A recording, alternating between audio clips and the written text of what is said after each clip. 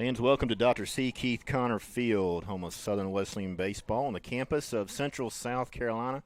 Beautiful day, a little windy. We'll get into that momentarily. Excited to announce, gentleman to my right, ladies and gentlemen, Bryce Metz making his debut on play-by-play. Bryce, welcome. Glad to be here, man. Glad to be here. We were just talking before we went on air.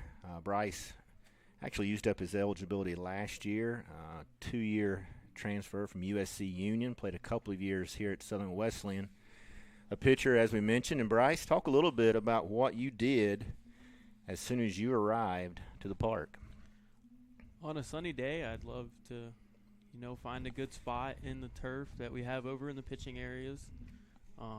Always feel nice to lay down on, get some stretches in, and really, soak up the sun and get in the right mindset for the game that's coming that day. The reason I asked him that a few minutes ago is the first thing I would do coming into campus would be check the flag plaza and see which way the wind's blowing. Fans, it is blowing out to left field probably 20 to 25 miles per hour with gusts up to 30 according to the forecast. So it could be a very interesting midweek non-conference baseball game. What more could you ask for, huh? Can't ask for much more. I mean, we barely got any clouds in the sky today. If you're a hitter, you're loving the wind today. If you're a pitcher, you're not that big of a fan of it, but should play for some interesting baseball today. Exactly. We'll get the lineup set here in just a little bit. On the mound will be Luke Weldon for the Warriors.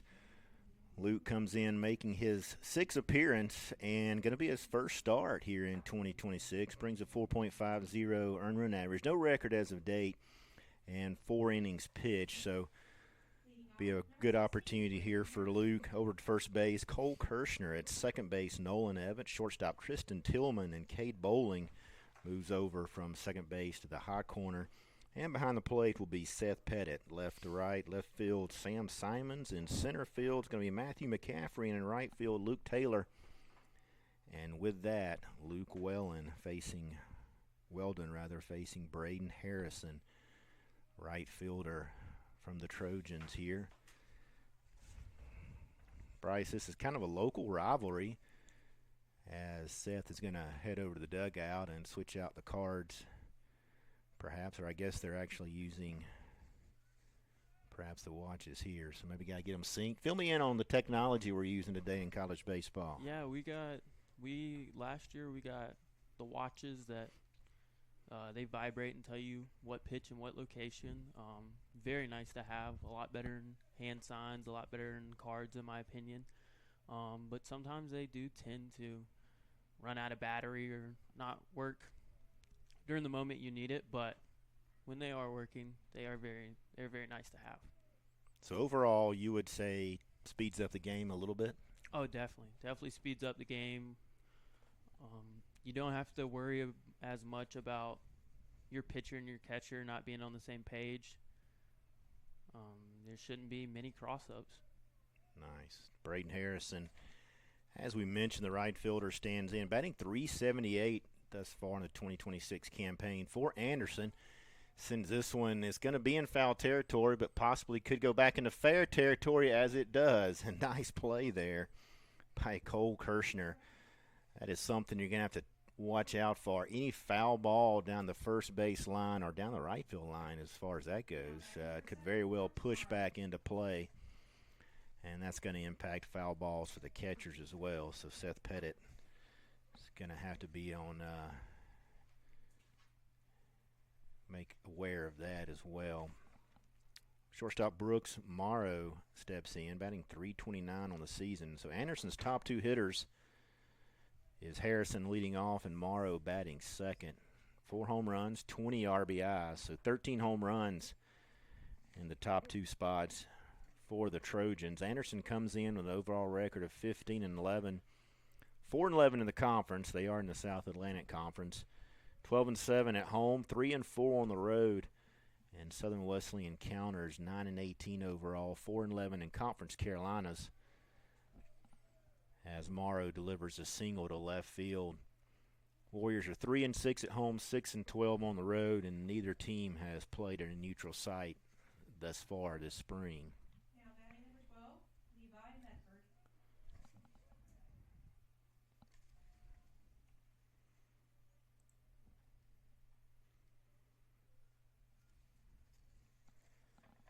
It's going to bring up the designated hitter, Levi Medford.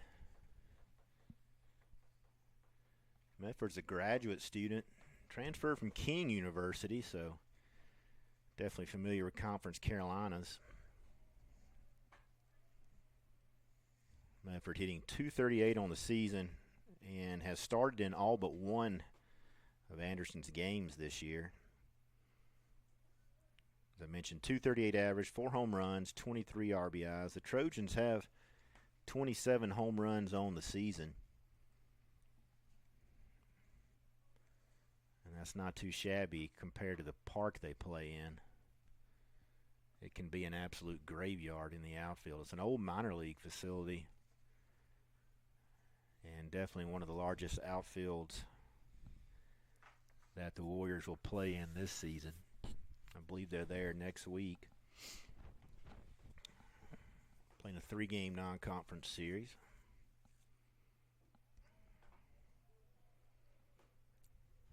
We'll say you get the wind blowing just right there. It can jump a little bit there. I've seen days where wind's blowing out and it seems like everything that's touched is blowing. But there are some days where you play and it's cold there and the ball goes absolutely nowhere. So it's definitely an interesting park to play at.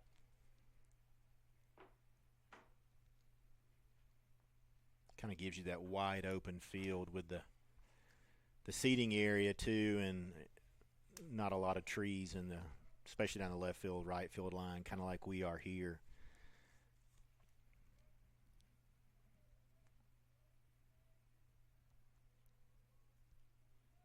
Very interesting. In left field behind the fence there you have a bamboo forest, so it makes it very hard to find baseballs that are hit out during BP. But it does look cool.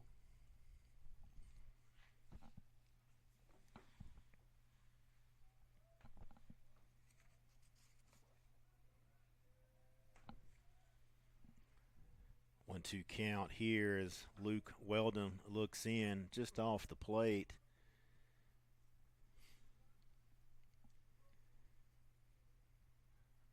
Luke's a redshirt sophomore from Lexington, North Carolina. As we mentioned, making his first start here, the 2026 campaign.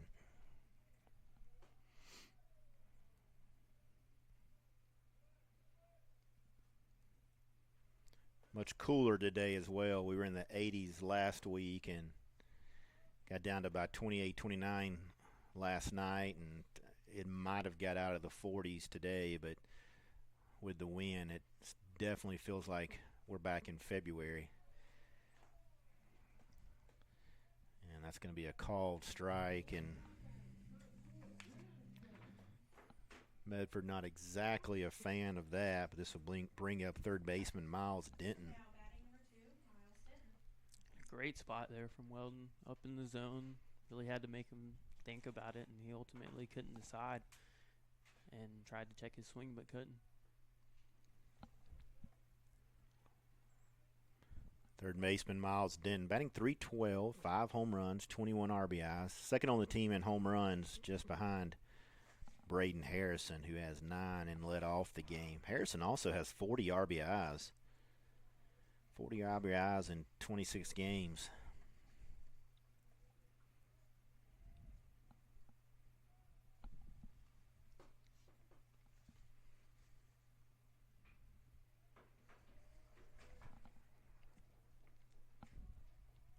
Simons getting the ball back into the infield.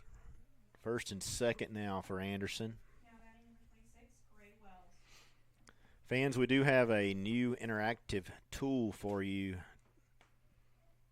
this particular game. It's something we experimented with a couple of years ago. We'll give you a little bit more information on that here shortly as we go into the bottom half of the first inning. We'll let you know how you can interact with us here on the live stream. And base hit by Wells is going to score the first run of the game, and the first run for Anderson. Now batting number 9, Dom Mello. Catcher Dom Bello steps in, batting .274. No home runs, 15 RBIs. Anderson's going to put up some runs. They have a .293 batting average. Pitching is what has held them back just a little bit as of late. 5.63 earned run average.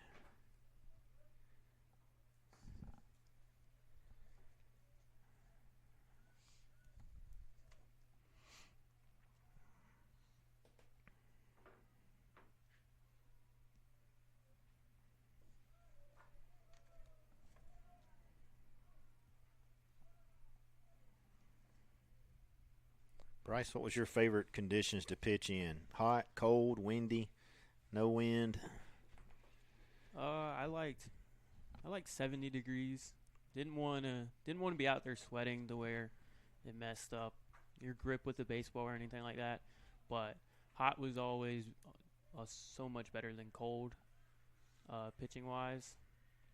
And if there was no wind, or if there was wind blowing in, I was always good with that. Didn't really like the wind blowing out. Neither do outfielders. 3-1 count. Here now on Bello. Anderson has 37 stolen bases on the season, so they will run on occasion. However, nothing like Southern Wesleyan. The Warriors come into today's game with 83 stolen bases and 103 attempts. So definitely an aspect of the game that they focused on this fall and early spring. And that one's going to drop in between left and center field, so another run's going to be picked up here.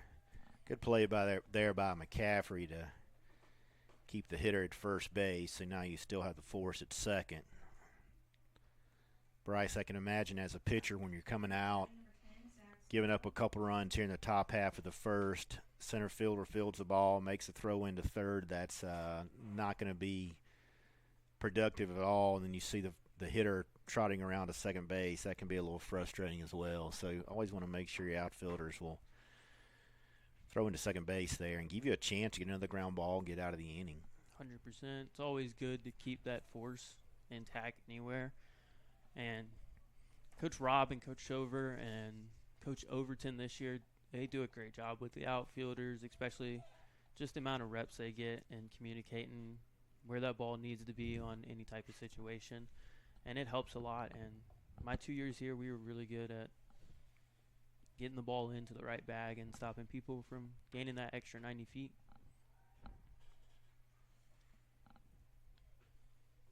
Center fielder Zach Stover batting .263 on the season. Be his 25th start, so pretty much what you see in terms of the batting order today is what the Trojans have been going with this season. Stover has 1 home run on 15 RBIs. Does have 7 stolen bases, so he is second on the team just behind Adams Fawcett, who hits in the 9 hole for Anderson.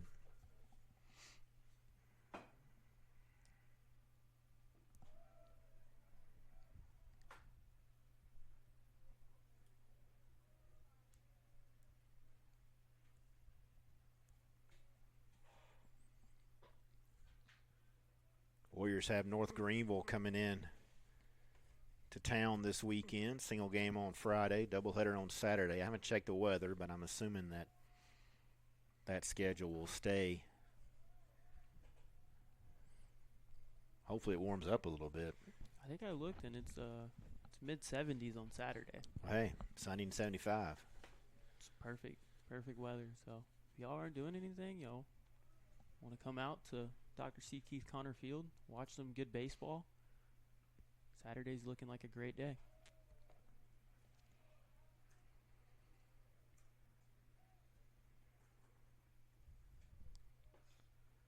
North Greenville will be coming in. 21, Riley Matthews. If I'm not mistaken, they were ranked number 1 coming into last weekend, and Belmont Abbey took 2 out of 3 from them. So Belmont Abbey's always been in the upper tier of the conference, but they seem to be playing some really good baseball right now. And then Young Harris and Francis Marion are quality programs as well.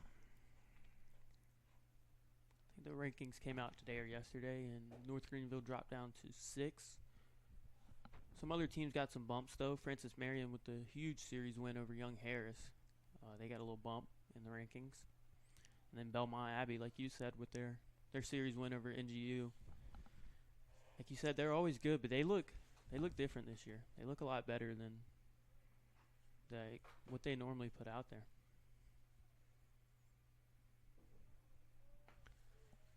Second baseman Riley Matthews now batting for Anderson with a couple outs here in the top half of the first inning.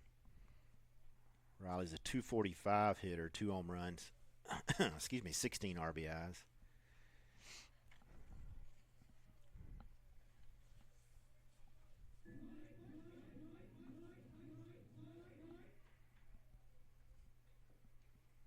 Bryce actually has triple duty today. He's doing statistics and sound effects for the public address, so keeping him busy today.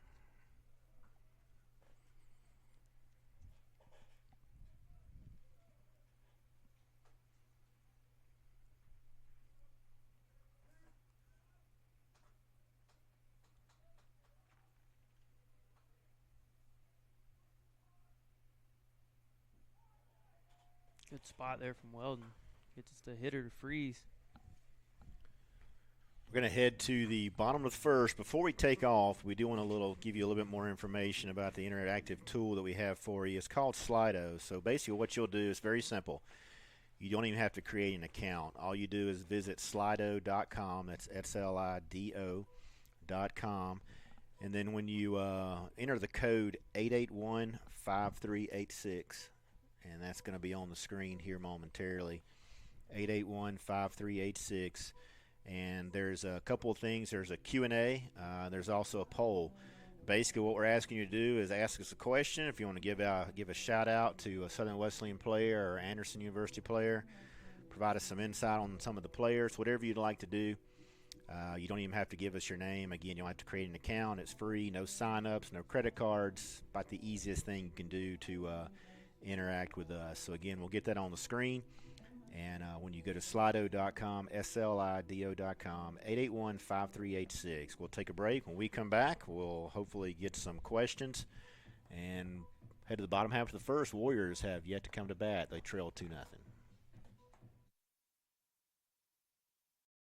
You played before that. Should I have the trim or something? And his West Shows FC, where by far the greatest team the world has ever seen. Black Warriors FC, we're by far the greatest team the world has ever seen. West Coast FC, where by far the greatest team the world has ever seen. where by far the greatest team the world has ever seen.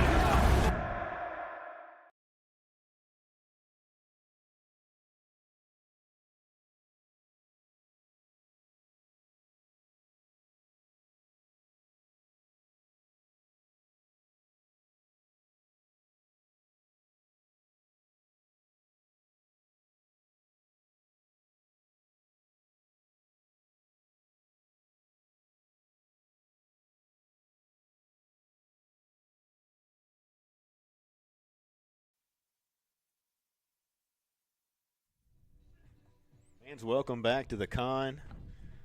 Warriors trail 2-0. Get an opportunity to hit here in the bottom half of the first inning. Anderson picked up 4 hits, 2 runs, no Warrior errors. Luke Godwin going to get the start on the mound for Anderson. It's going to be his 9th appearance, his first start of the 2026 season. 3.0 ERA, 1-0 on the season. 12 innings. So both Luke Weldon and Luke Godwin coming in out of the bullpen so far this season, but an opportunity for a non-conference midweek game to give them a start. And Tristan Tillman is going to lead off for Southern Wesleyan. Tillman just under 300 at a 298 clip. No home runs, 10 RBIs, 21 stolen bases. So he definitely leads the team in stolen bases, followed by Nolan Evett with 17.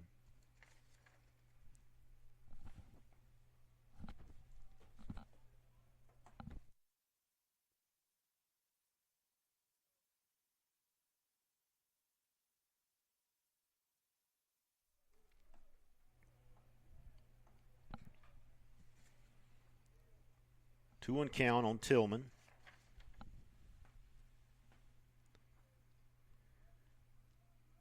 Tristan, a transfer from USC Sumter. We've had several transfers, not only from USC Union, as we mentioned with Bryce, but also Sumter and Lancaster.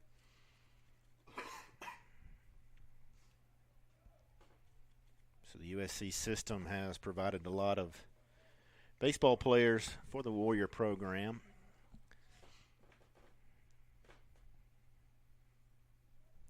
I was talking about the wind going about 20, 25. All of a sudden it's down to 10 to 15 now as we hit. So Now batting, number 48, Nolan Evett. that fly ball hung up just enough. And Nolan Evett, playing second base today, steps in and leads the team in hitting with a 364 batting average.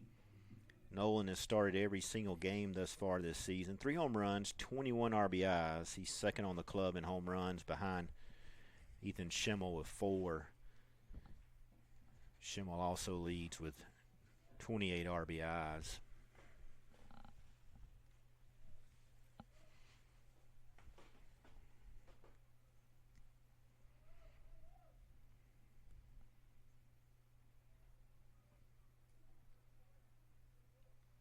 Bryce has a pitcher in, I guess, what you would call extremely windy conditions, which is what we started off with today.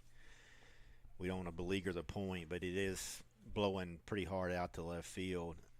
Obviously, you take note of that as a pitcher, especially as a starter. But how quickly do you try to just get that out of your mind and just kind of get settled in? Very quickly. Definitely something you keep in the back of your mind and you know is there, but not something you want to necessarily worry about the whole game. You don't want to become too much trying to control it and trying to keep it down with the wind. But you Now definitely batting, think number about it. 18, Ethan Schimmel. Designated hitter Ethan Schimmel with 1 out and 17 stolen bases now at first base in the form of Nolan Evett. So we'll see how quickly the Warriors start to burn up the base pass here.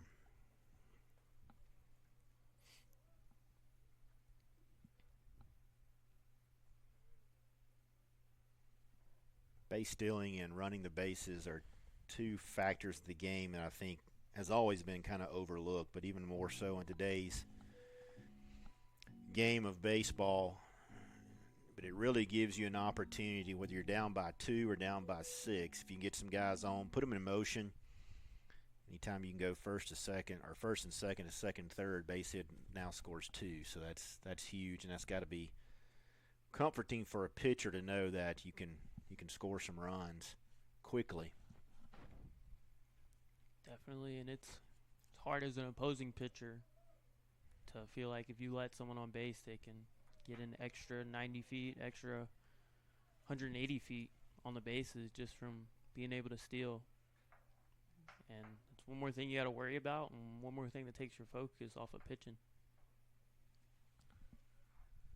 Schimmel, a transfer from Hagerstown Community College.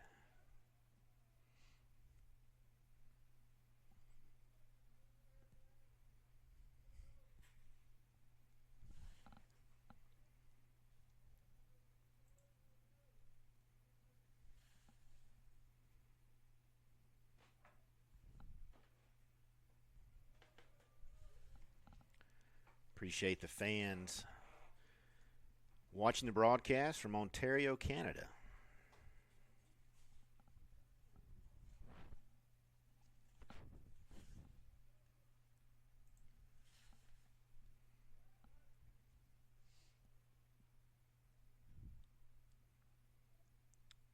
today probably feels a little bit more like Canada than it does South Carolina. Definitely. So it's around that time where South Carolina can't decide whether it wants to be 80 degrees outside or 40 degrees outside. Schimmel fouls that one off. I was just talking with some people on campus today, and the time changed earlier this year than it normally does, and you have to remember we are just in the middle of March, and so I guess mentally I kind of checked out of winter last week when it was 84, 85 degrees, and now mentally I'm paying for it because I can't get checked back into winter. I'm right there with you. We had spring break last week. It was 80 degrees all week, and it felt like it was never going to be cold again. Tough break for Schimmel there. Anderson was playing a little bit of a pull on the infield and hit that one right to the shortstop. So Brooks Morrow was able to finish up that double play. Warriors leave some runners on. We'll head to the top half of the second, 2-0 Anderson. Campuses nationwide, the NCAA is making transformative changes for student athletes. While they pursue their biggest dreams, we're launching new initiatives to help them. Life-changing education opportunities are just the start. The NCAA is providing enhanced mental health services. We're guaranteeing scholarships and tuition and expanding access to healthcare. Visit ncaa.org/change to learn more.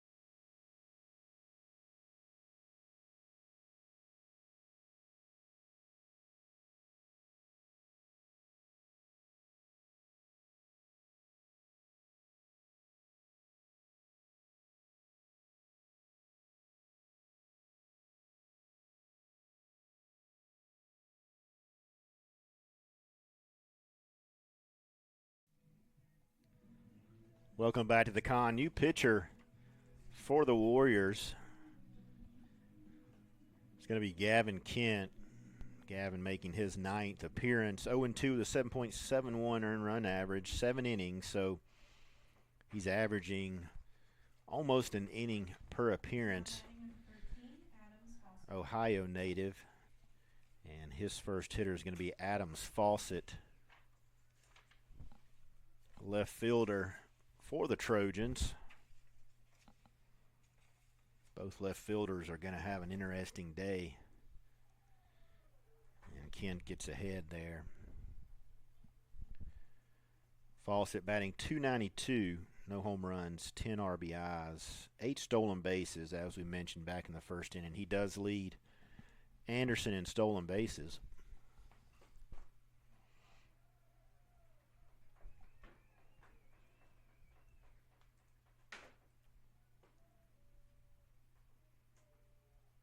Little flare there in left field, just in front of Sam Simons. Braden Harrison, Anderson's leading hitter at .378.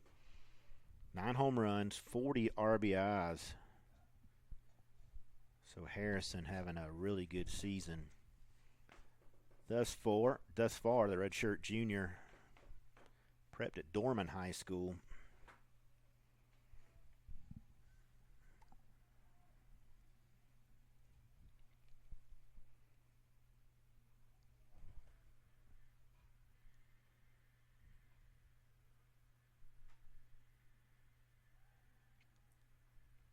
Dorman High School, a school that's very well known for producing very good baseball talent.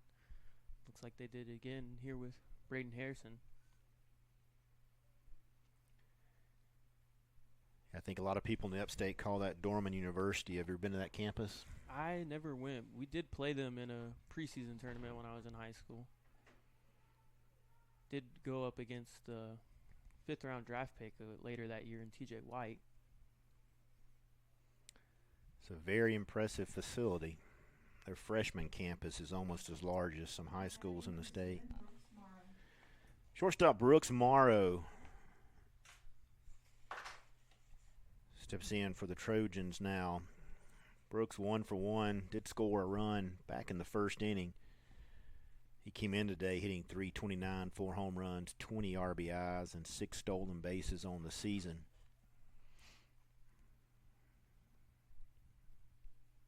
Local guy making his way home today as he's a Daniel High School product.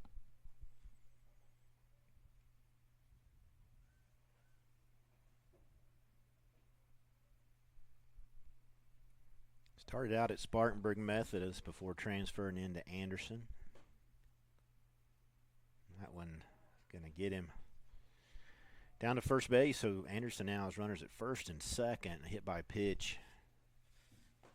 Now batting number 12, Levi Medford. Levi Medford now going to hit with 1 out in the top of the second. He's 0 for 1. Struck out back in the first inning. As I mentioned, he's a graduate student transfer from King University, so he's definitely familiar with Conference Carolinas baseball.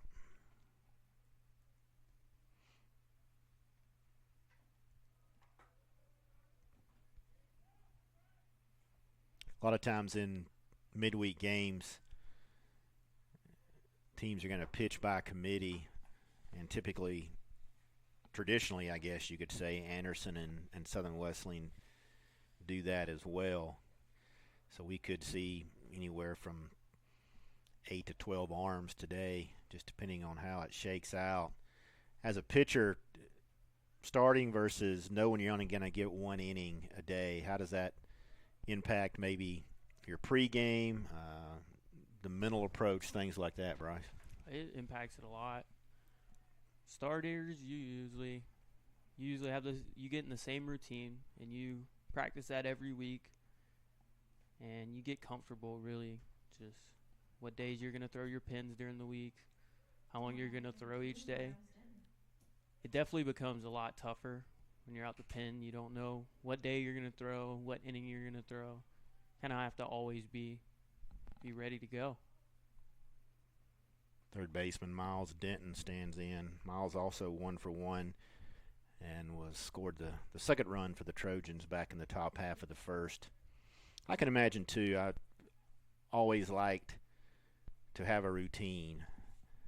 And as you just mentioned, as a starter, you may start your pregame, depending on your routine, 45 minutes to an hour before first pitch. Really can't do that coming out of the pen because, you're not going to be able to long toss and things like that coming out of the pen. So I can definitely see where not only your physical routine but your mental routine could be impacted. Warriors have more action in the bullpen going right now. Nothing stirring down in Anderson's pen at the moment.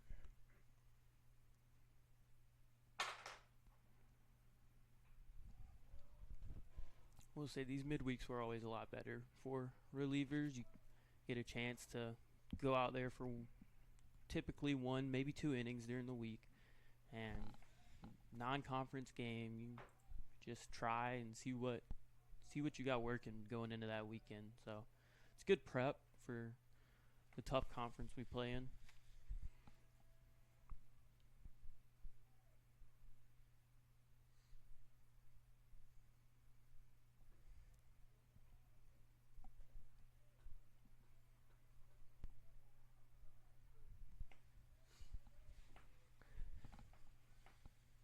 Appreciate everyone that's interacting with us on Slido.com. Got some interesting information about Dom Bello, the catcher from Anderson, and when he comes back up again, we'll give you some insight on not only his history, but his family and what they've been doing in terms of athletics and baseball.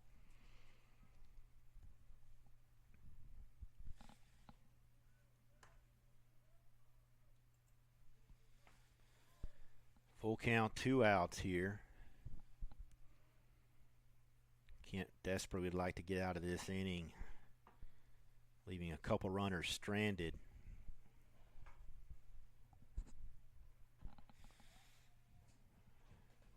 Denton continues to battle.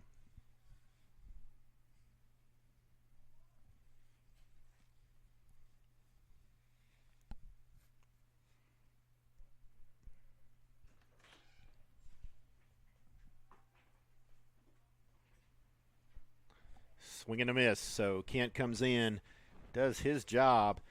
We'll head to the bottom half of the second inning. Warriors still trail 2-0.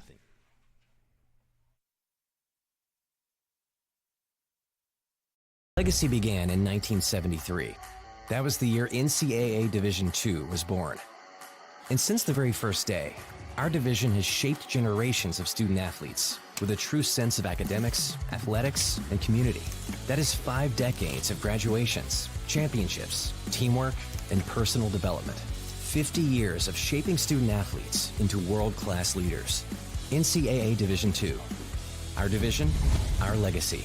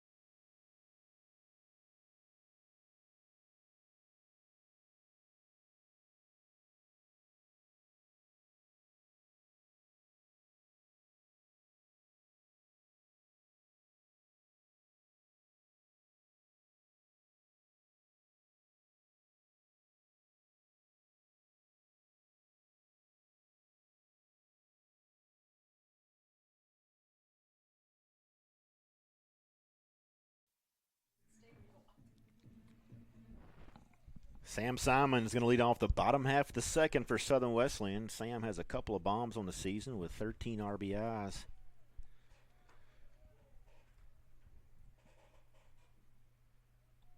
Sam getting a shout out from someone on Slido.com. So he's got some fan base watching the broadcast this afternoon.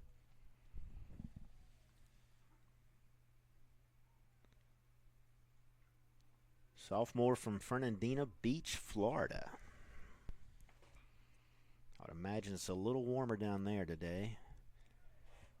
Grounds out to the shortstop, so Luke Godwin retires the first batter he sees, and this brings up Cade Bowling. Cade traditionally been playing second base this season. I didn't get a chance to catch up with the team much this weekend, so at some point he's made the transition to third base. Talk about a difference of reaction time. Definitely, especially at this level of baseball. That hot corner, it can get down line quick. And here at C. Keith Connor Field, sometimes that sun can play a huge factor over there at third base. You're exactly right. If you've never been to the campus and the con here, used to have a lot of wooded area back behind home plate, and that all is gone. So that sun sets directly in the eyes and the face of the third baseman and the left fielder. Bowling now down 1-2. Cade batting .269 on the season. A couple of home runs, 17 RBIs.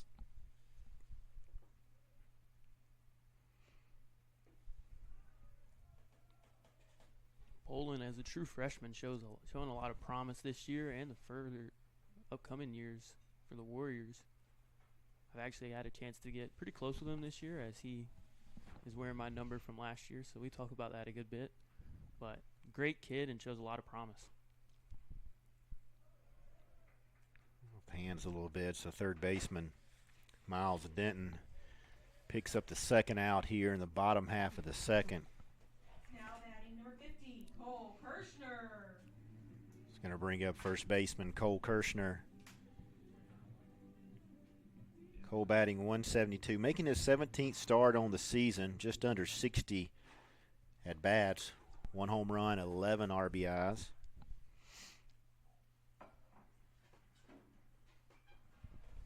One home run was a big one, as we saw last Tuesday against Newberry, the grand slam that kind of opened up the game for the Warriors.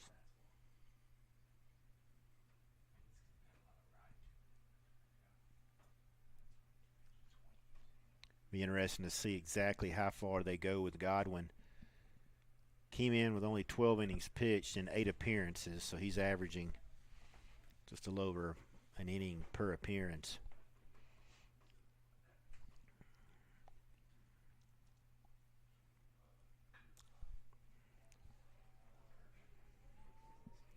That one's going to get down the line, allow for extra bases here, so a nice 2-out double.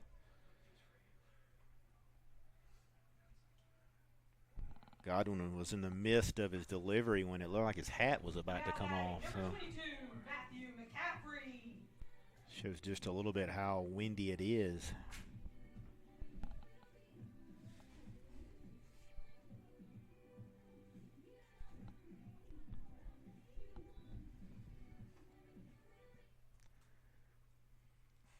McCaffrey steps in, junior from Bevel State Community College, batting just under 300.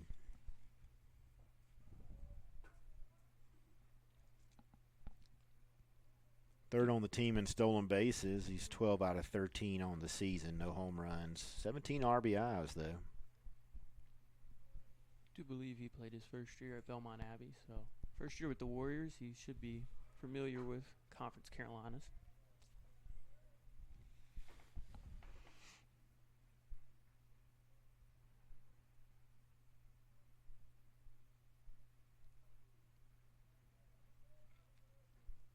So runner in scoring position for Southern Wesleyan. We'll see if they can get him in. McCaffrey's going to take that one, ending the second inning. So we'll head to the top half of the third. Anderson 2 runs off 5 hits. The Warriors no runs off 1 hit. We'll be back in 2 minutes. If things aren't scripted. If you're an athlete, we need people like you and translate those skills to officiating.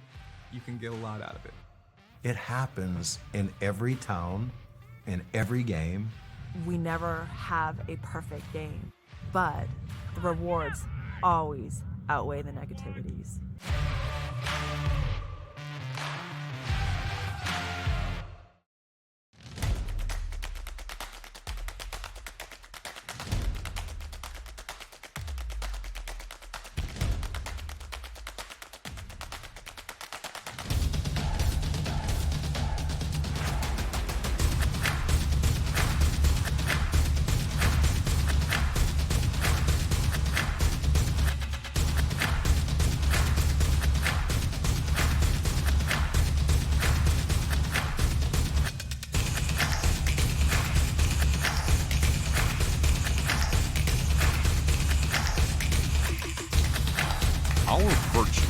Set us apart. We daily work to build champions in body, mind, and soul. It's who we are. This is Conference Carolina.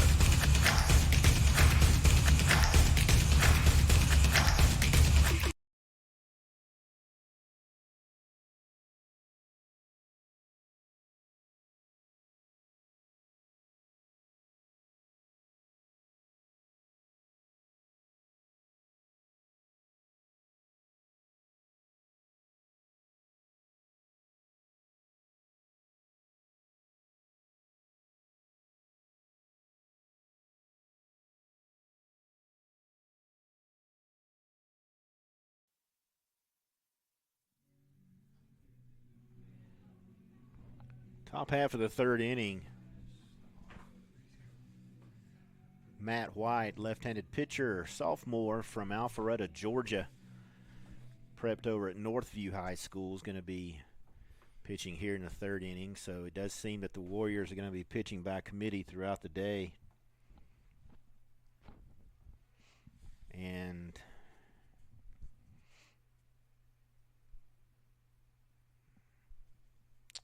we'll see what we have going on here. I believe they're having a conversation about his delivery.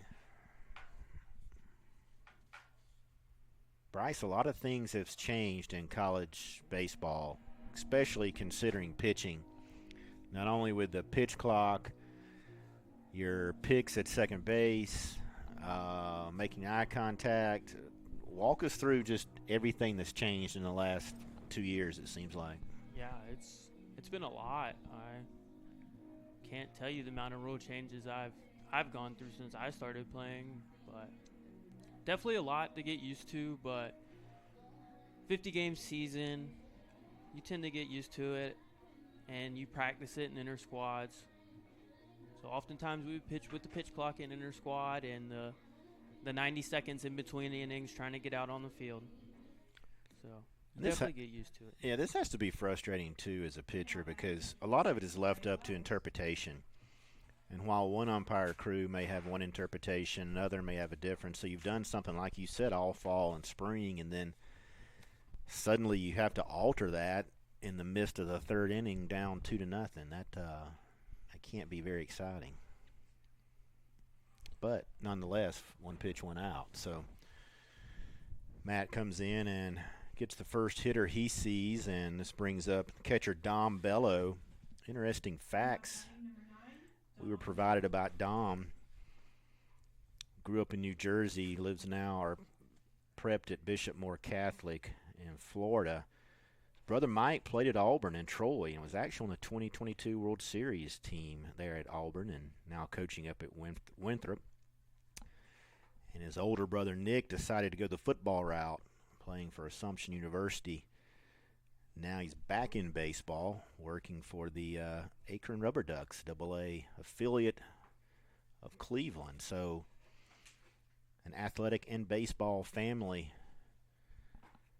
is the Bellows. We appreciate that information. Again, as we mentioned in the bottom half of the first, you're probably seeing the information. Just visit slido.com. You can type in the code 881-5386. You don't have to sign up. There's no logins, no credit cards. Give us a shout out, some information. We'll be glad to talk about it on the broadcast as Bellows stands in with a 2-1 count. 1 for 1 with an RBI. Picked up that RBI back in the first inning.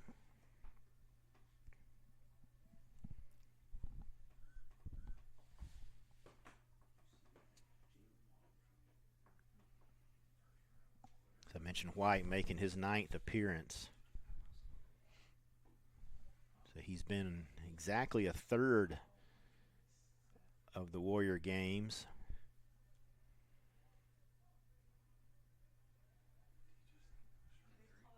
3-2 count now. Seth getting a little extra work in there. That one misses down.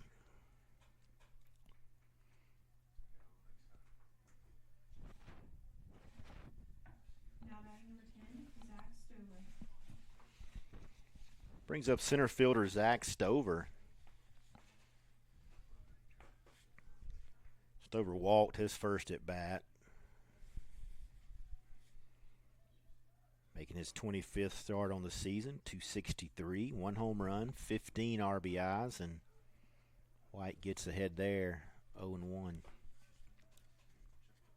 Stover, another guy just down the road in Powdersville, South Carolina. I never got to, being from West Columbia, I never got to play much against the talent up in this area, in the Anderson and Clemson area, but from what I've seen from being up here in college, it seems like there's a lot of talent around this area. Upstate has a lot of good high school baseball. We mentioned this being a local rival, simply the fact that, it's only about 35, 40 minutes. Anderson is from Southern Wesleyan, but also, as you've mentioned, a lot of just local products playing here today, so it's exciting to see. Definitely some good baseball in the state of South Carolina, and specific to the upstate. Actually, throughout the entire state.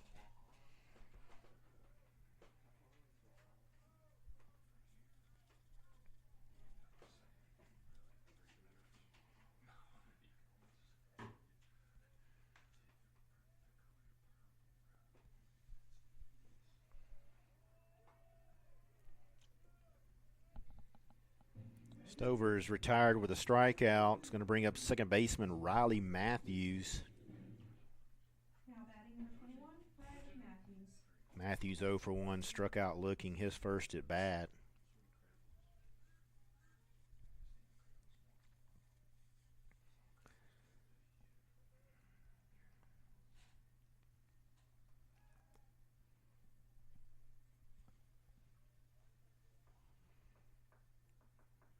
Outfield pretty much straight up. Infield as well. Evett playing just a slight pull with a couple outs here. That one just off the plate.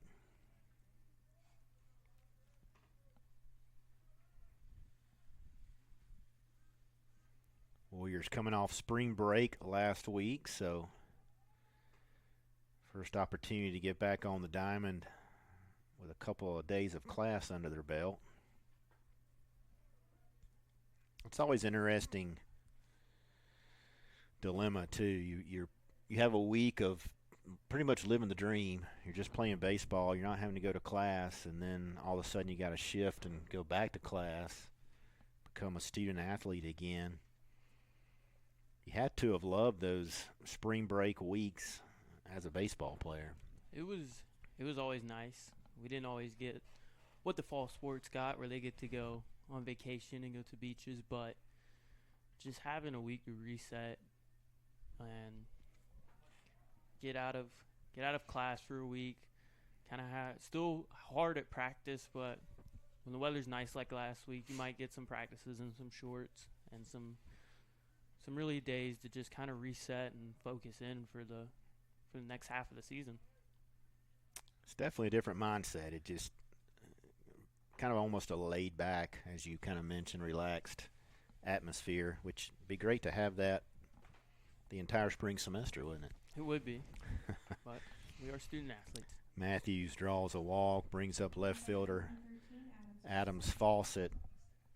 Adams 1 for 1. Trojans have 5 hits, 2 runs they've scored thus far.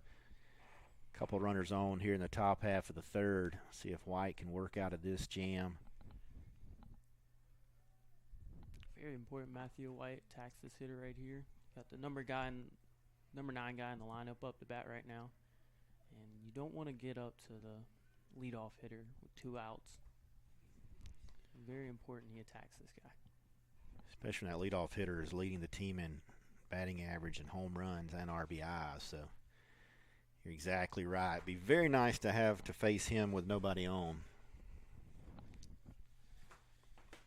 I think that's a huge aspect of the game of baseball that a lot of people just don't really think through, how important this hitter is right now with 2 outs and a couple runners on.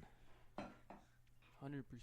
You want to face the best guy in their lineup up. And Nolan up and makes the play. So nice play there by Nolan Evett to do exactly what we were talking about. So now, whether it be White or a new pitcher that comes in the top half of the fourth, going to face the Trojans' leading hitter with nobody on instead of a couple runners on, or actually the bases loaded.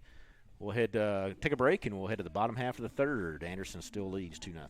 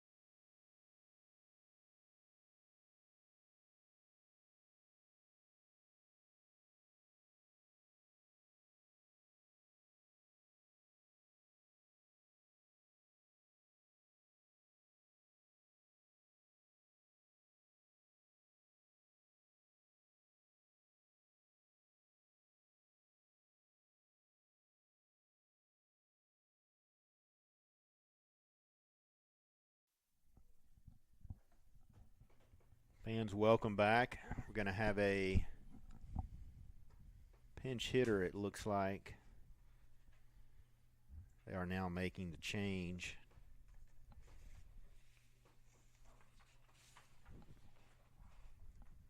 Looks like this is going to be Perry Dyer. Perry making his 22nd appearance today, this year. Batting .311, 1 home run, 7 RBIs.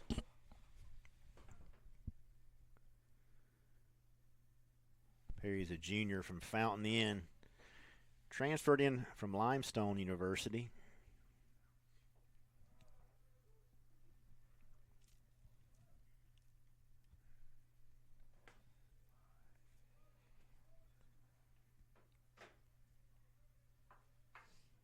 So Dyer leading off the bottom of the third, takes this one down in the zone. Shout out to Nolan Evett, another local product. Bryce? Yep. Played at Liberty High School. Liberty High School. And then at SMC at Spartanburg Methodist. If I'm not mistaken, either grew up very close to campus or his relatives used to live very close to campus. When I say very close, I'm going to say probably a 3/4 of a mile, if I'm not mistaken. So 2-2 count now on Perry Dyer.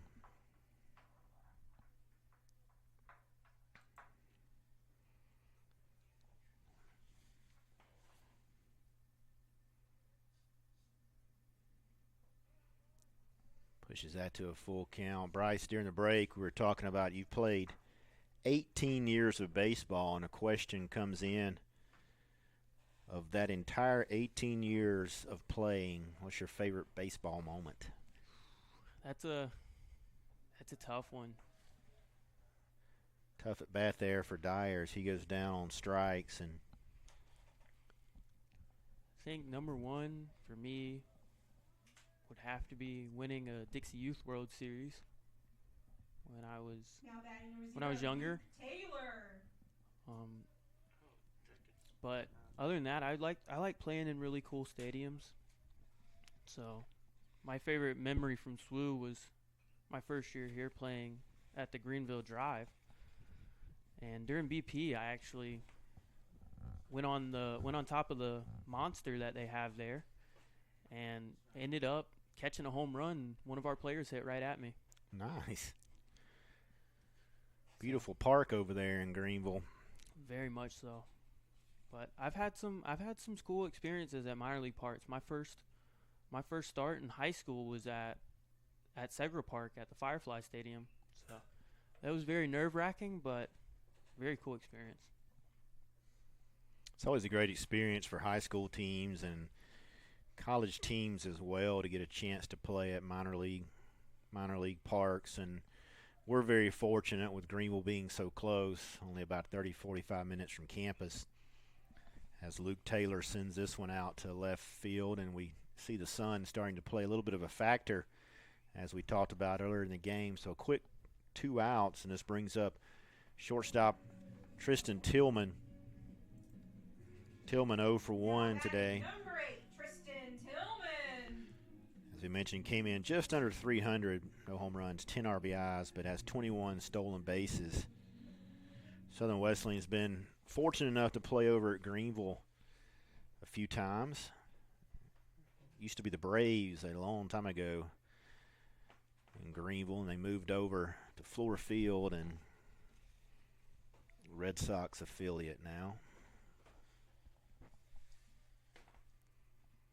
I know you're a Nationals fan, so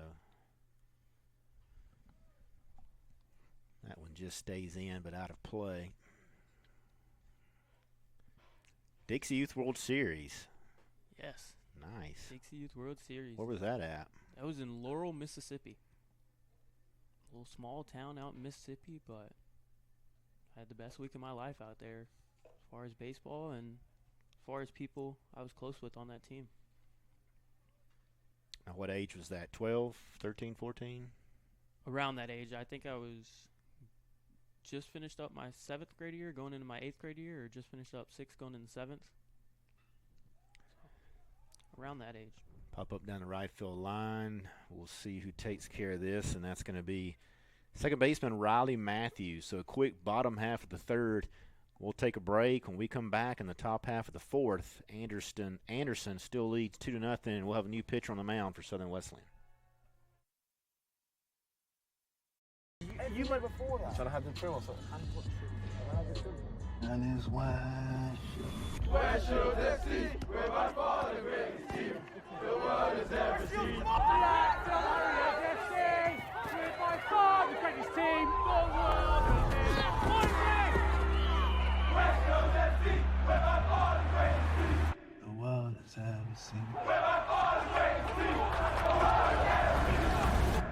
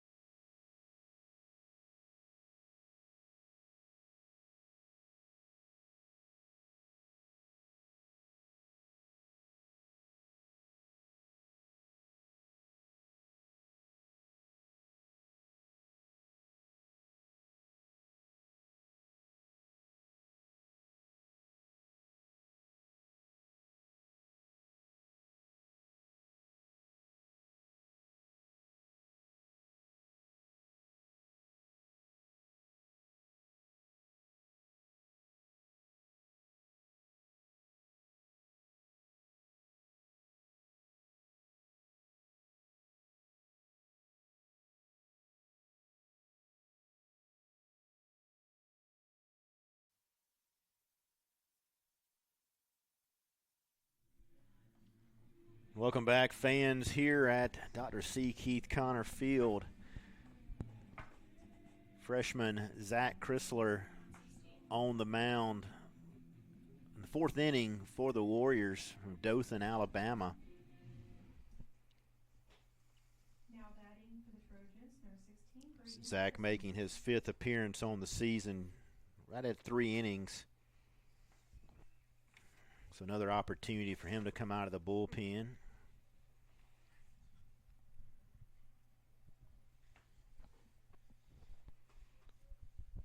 Braden Harrison steps in, the right fielder for the Trojans. Takes this one for a called strike. Braden 0 for 2 today.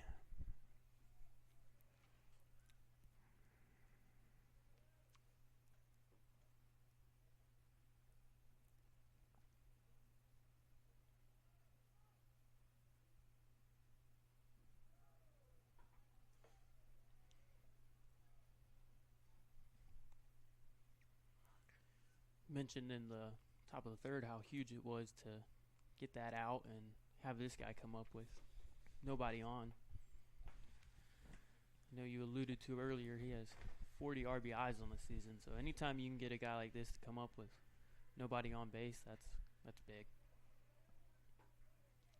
Yeah, the alternative in that inning would have been bases loaded, so not a situation you would want to experience.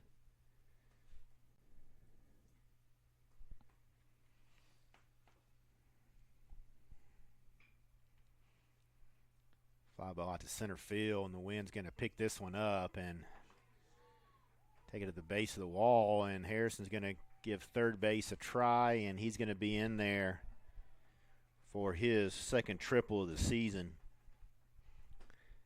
That one just kept carrying. Yeah, that's that wind that we've been talking about. That one got up there, got into the jet stream a little bit, and looked like McCaffrey out in center misjudged it just ever so slightly and didn't read how far it was carrying.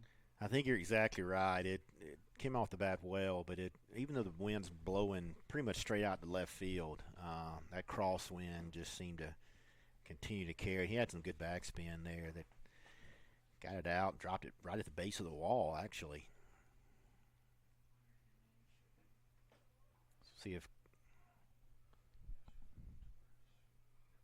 Zach can work out of this leadoff triple.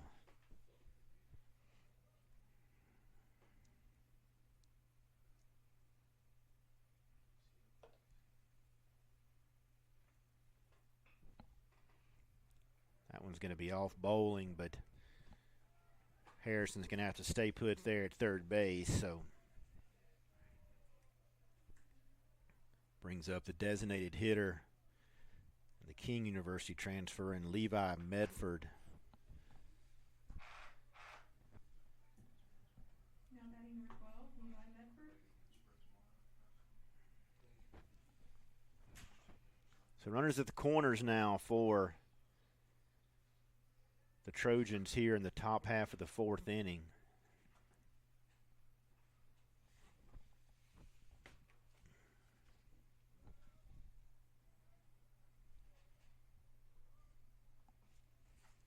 Chrysler going to try to work out of this jam.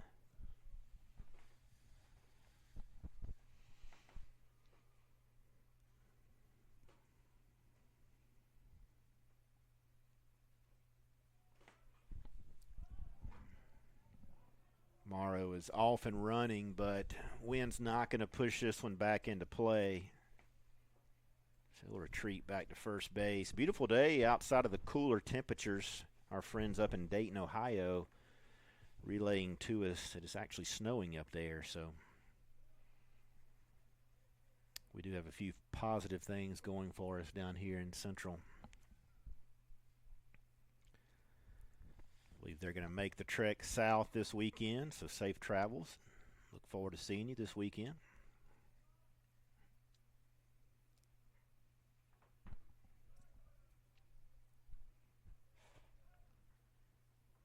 Got a very important question on Slido, which is who's going to win the WBC tonight? Very big game tonight between USA and Venezuela to decide who's going to win the tournament that these countries have been competing for. I mean, of course, is not USA going to win tonight? That's what I like. That's what I would like to happen. But Venezuela is a very, very good, very scrappy team. They're one of those teams, kind of like your Dominican and your Puerto Rico. They play heavy off of momentum. So if you give them a little momentum, they can put up some runs and they can hurt you. Anderson picking up a little bit of momentum here now. Bases loaded, no outs on that walk.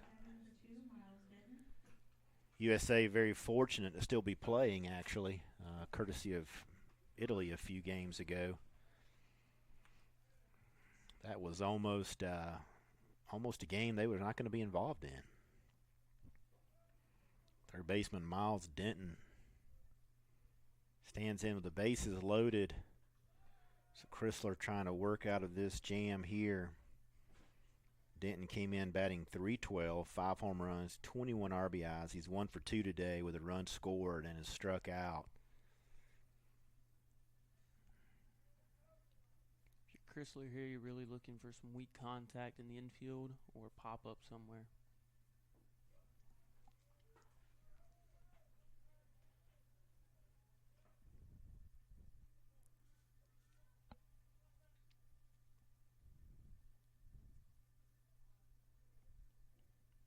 Denton, a transfer from Rowan State Community College, calls Brentwood, Tennessee his home.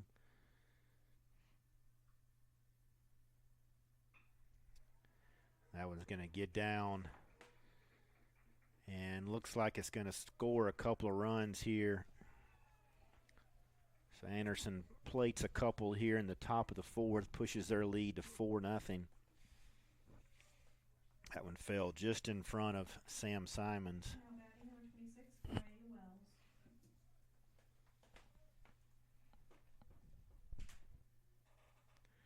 First baseman Gray Wells.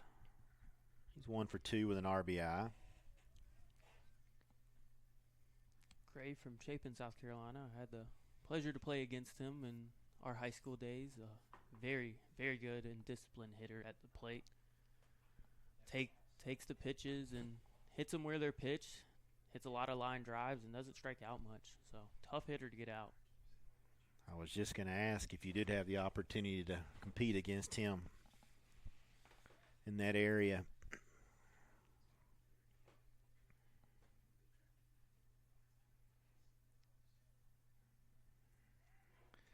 Shows Bond pull this one back, gets away from catcher Posniks, but a nice throw there to cut down the runner attempting to advance. So the count evens at 1-1 with 1 out, so we'll see how big of an out that plays into this inning right there. Good job by Posniks to not only get the baseball quick, but make a good throw down there to Bowling. This one's fouled off in front, or actually behind the Warrior dugout.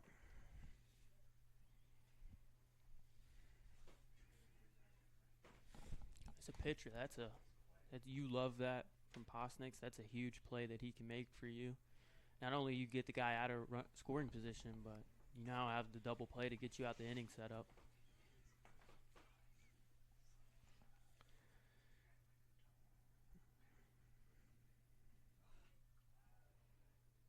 Lower part of the stadium starting to fill up nicely. If you're familiar with the kind, the blue seats directly behind home plate are starting to fill up, primarily because that's still in the sun.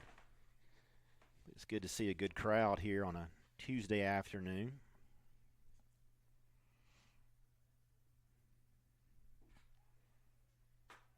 That one just misses. So Wells now stands in with a 2-2 count, 1 out. Only other athletic action today is lacrosse is at shorter. Softball was going to be playing down in Due West, South Carolina, but a lot of weather the last 24, 36 hours, and they have postponed that game to a later date. Fly ball McCathery battles the wind and settles in nicely under that fly ball for the second out. This brings up the catcher, Dom Bello. Dom 1 for 1 with an RBI, also walked.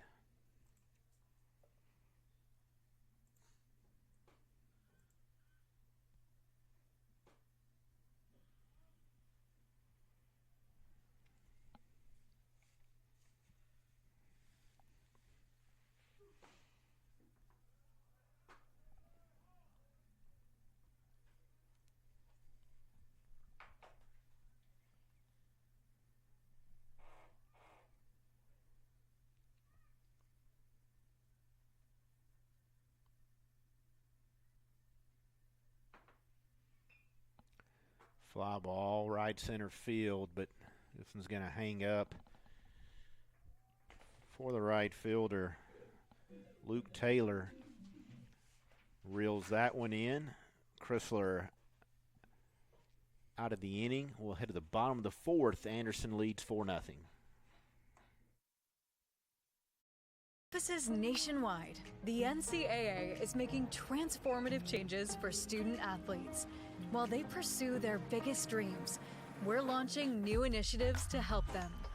Life-changing education opportunities are just the start. The NCAA is providing enhanced mental health services. We're guaranteeing scholarships and tuition and expanding access to healthcare.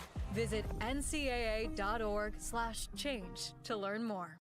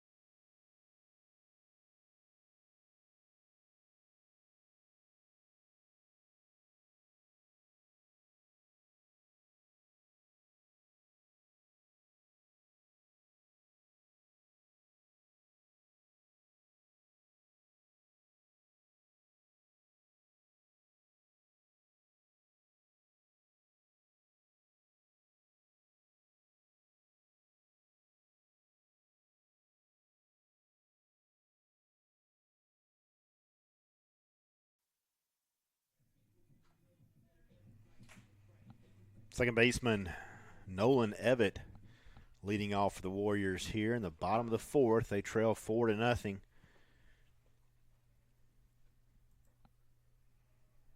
Called strike there. Nolan, no official at bat today.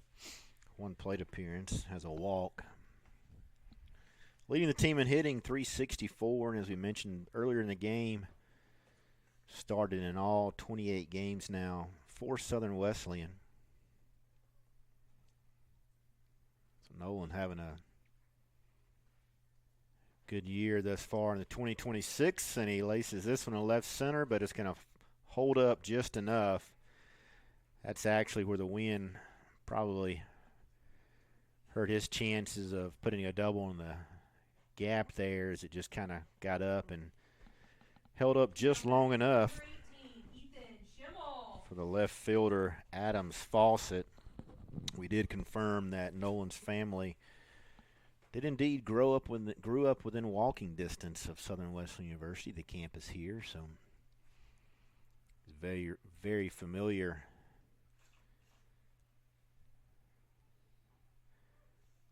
Ethan Schimmel, big swing and a miss there. Schimmel's 0 for 1. Batting .352. Leads the team in home runs with 4 and RBIs with 28. Been really impressed with Schimmel this year. Obviously, he had very big shoes to fill with now graduate assistant Cameron Mitchum being out of eligibility, and the stuff he was able to accomplish here at SWU, but Schimmel has done a great job this year. I tell you what's impressive, not only his production at the plate, but he's 6'6", 235 pounds, and he has 11 stolen bases. Comes in very handy, especially as a pitcher or another team scouting. You don't really expect him to steal, and he can surprise you and grab that extra 90 feet.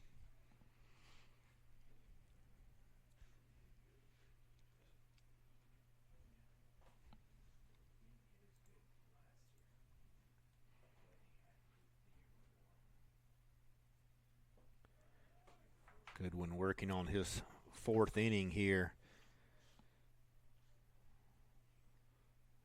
1 walk, 2 strikeouts, 1 hit. That was a double.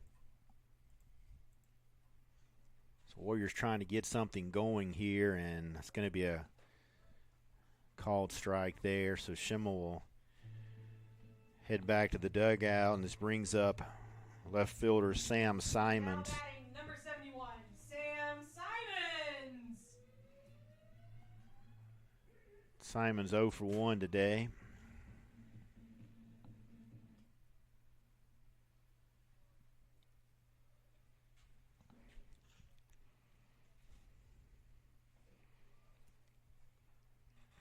Sophomore outfielder takes this one. Moves the count to 1-0.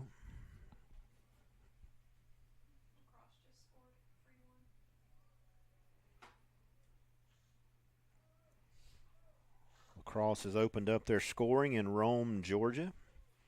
Currently trail the Hawks of Shorter 3-1.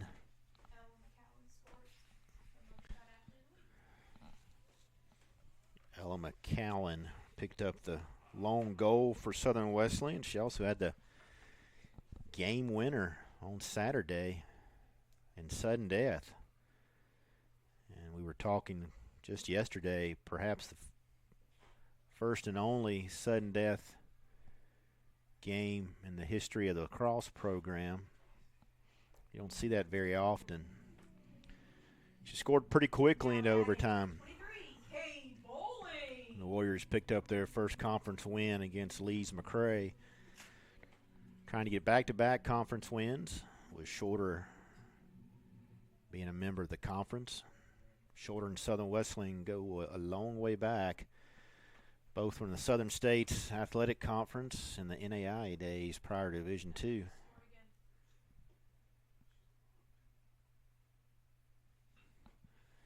Cade Bowling delivers this one into right field. So Southern Wesleyan trying to get something started here In the bottom half of the fourth inning, couple of runners on now. Now batting number 50, Cole Kirshner. Cole Kirshner 1 for 1 with a double.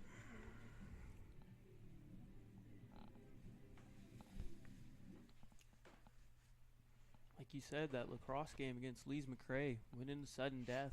First time I've seen or heard about it. We were both in attendance at the game, and I would say it was very entertaining and a very great game to watch that day. We had a lot of activity on Saturday. Had a track meet, and that was on the heels of a Friday softball doubleheader and day one of the track meet.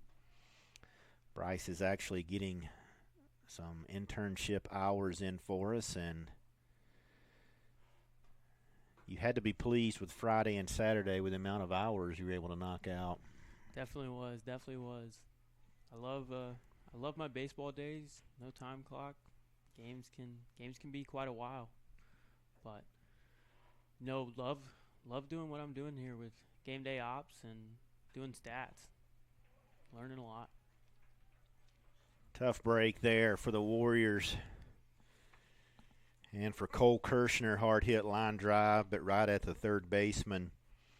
And Miles Denton ends the inning and the threat for Southern Wesleyan in the fourth. When we come back, we'll head to the top of the fifth, 4-0 Anderson. Legacy began in 1973. That was the year NCAA Division II was born. And since the very first day, our division has shaped generations of student athletes with a true sense of academics, athletics, and community. That is 5 decades of graduations, championships, teamwork, and personal development. 50 years of shaping student athletes into world-class leaders. NCAA Division II. Our division, our legacy.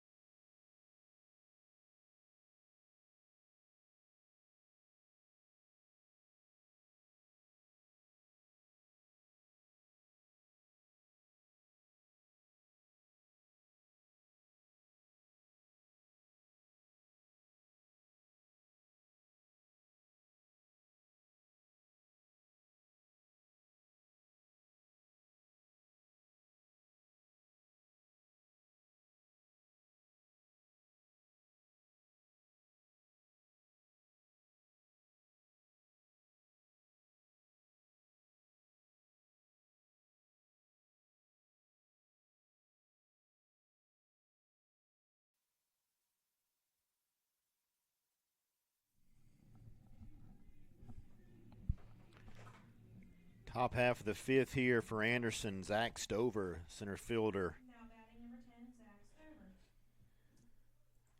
leads off for the Trojans. Stover 0 for 1 with a walk and struck out looking.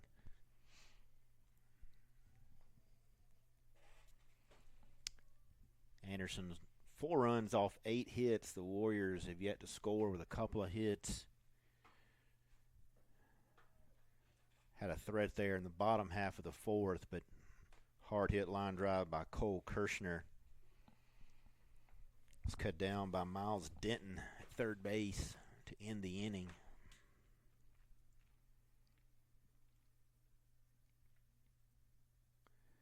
New pitcher for the Warriors is going to be Logan Brazel, senior from East Georgia State College.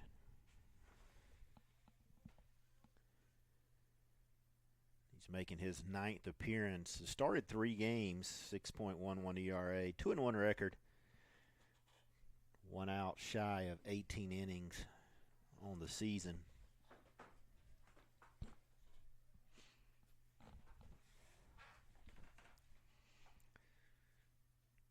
Do have some action down in the bullpen for Anderson. We'll try to get a number. Looks like Caleb Costa, senior righty from USC Upstate, getting ready down in the bullpen, and this is going to bring up the second baseman Riley Matthews. Matthews 0 for 1, walk and a strikeout.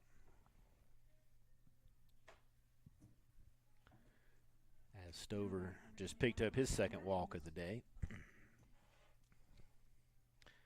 So Adam Fawcett, the left fielder, awaits on deck.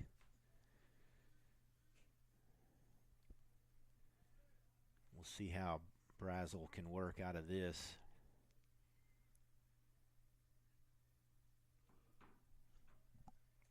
Once again, bring it back up the point of how important it is. You got 8 and then 9 up. So how important it is to tack these 2 guys and make sure that Braden Harrison comes up with nobody on base.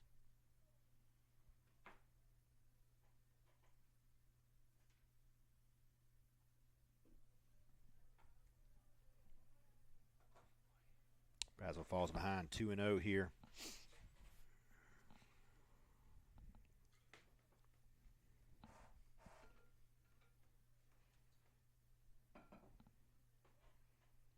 As we mentioned, Anderson comes into today 15-11 overall.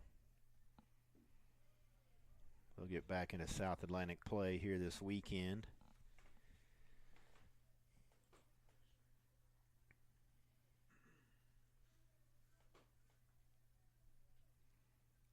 They'll welcome Emory and Henry to Anderson Memorial Stadium Friday and Saturday. This one's fouled off, and as we mentioned, the Warriors will be welcoming in North Greenville. Friday, first pitch 4 o'clock, and then the doubleheader will pick back up on Saturday with first pitch at 1. Big series this weekend for the Warriors. I always had a ton of fun every time we got to play NGU. It was always fun competing against the likely top 10 team in the nation. Stover picks up his 8th stolen base on the season. Riley now stands into the full count.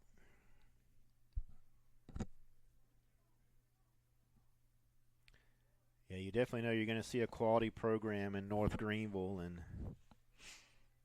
as we talked about too, Belmont Abbey just took 2 out of 3 from them this past weekend, so Warriors will definitely have their hands full, but the opportunity to play here at the Con is always a benefit. And a big strikeout there from Brazel brings up Adams Fawcett.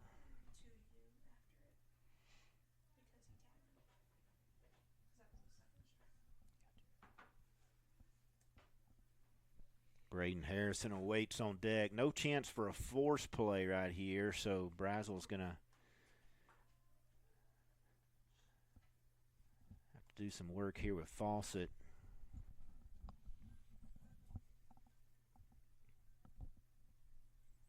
Of course, an unorthodox double play would be nice as well for the senior pitcher.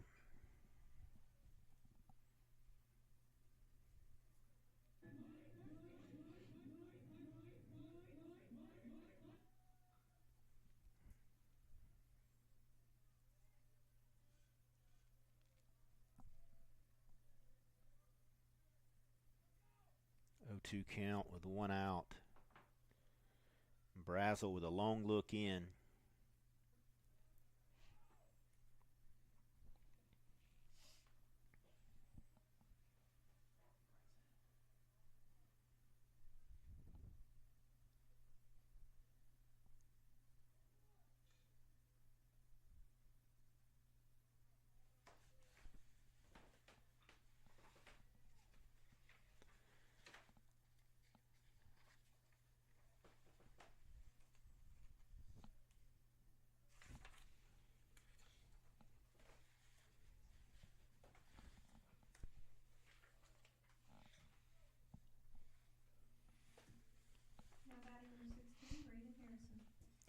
Couple outs now. Right fielder Braden Harrison.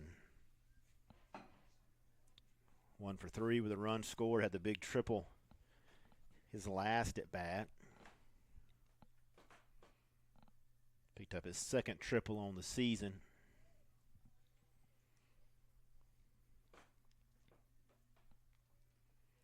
Four nothing game, couple outs, open base, 378 hitter with 9 home runs and 40 RBIs. What are you doing here, Bryce? Really just trying to. You're intentionally walking without intentionally walking. You're giving them a lot of sliders, seeing if he'll bite at anything. But your main goal here is at best try to get some weak contact. You know, you got the base open to play with. You don't really want to flirt with their most dangerous hitter. There's a fly ball to left field, gonna stay in the park. So Brazel flirts with danger, but comes out the victor. Anderson scoreless in the top half of the fifth. We'll go to the bottom half of the fifth. Warriors still trail 4-0.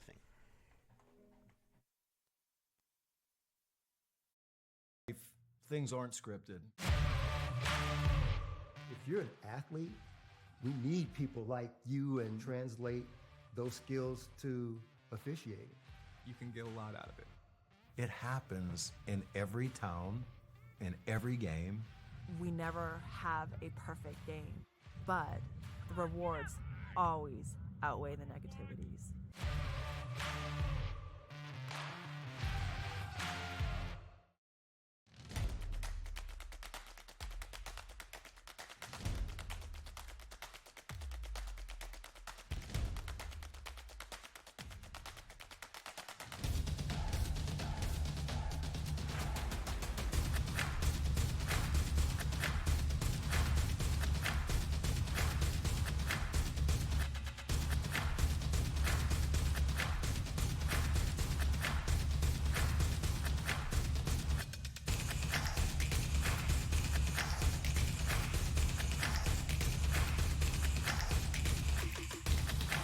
Our virtues set us apart.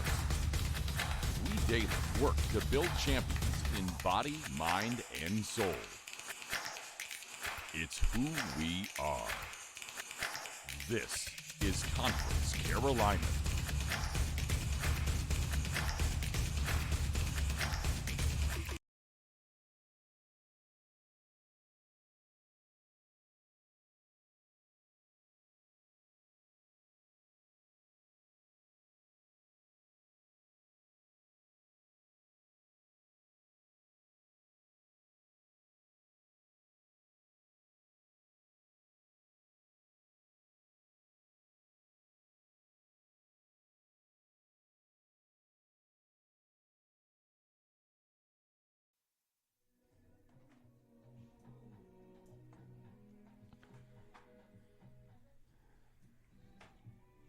Leading off for your Warriors, number 22, Matthew McCaffrey.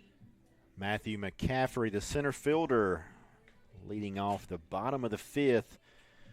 Warriors got their work cut out for them, though they trail 4-0. New pitcher on the mound for the Trojans is senior Caleb Costa, Mount Pleasant, South Carolina. Transfer from USC Upstate. Costa making his 7th appearance. He started 4 games, so a couple of the starters here for Anderson might be getting just an inning or two of work in before the weekend series.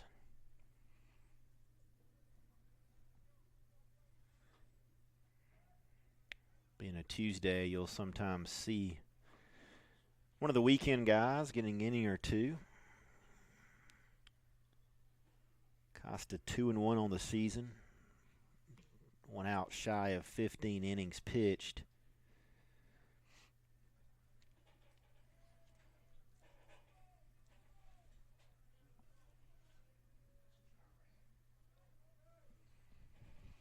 So McCaffrey at the plate, and it looks like we're going to have a pinch hitter in the form of Josh Long after McCaffrey's at bat.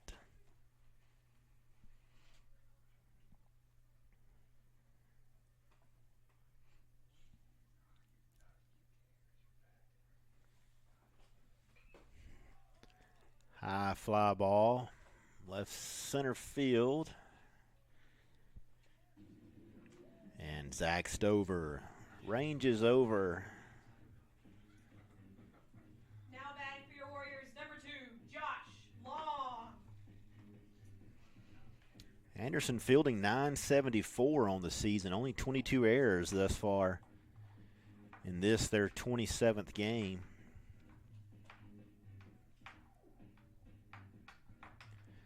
Josh Long's going to be the pinch hitter for Southern Wesleyan. Josh comes in batting .231. It's going to be his 53rd at bat, his 12th, or rather 23rd appearance on the season.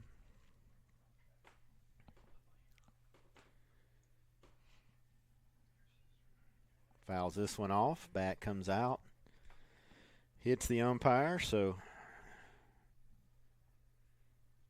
Josh is going to walk over and make sure that doesn't happen again. Josh, a senior from Edgewater, Maryland. Prepped at South River High School.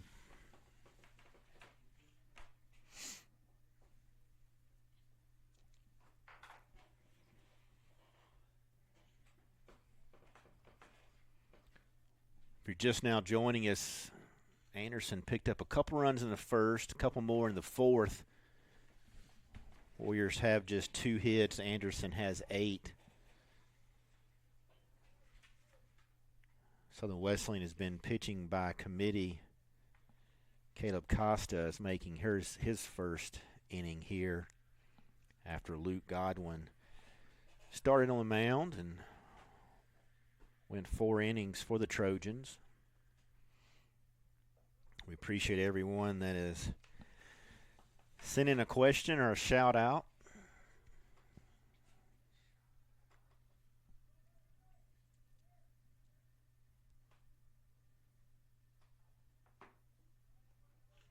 That one's going to be down out of the zone. If you are just joining us, you can visit slido.com and punch in the code you see just above the scoreboard. No login credentials needed or activation.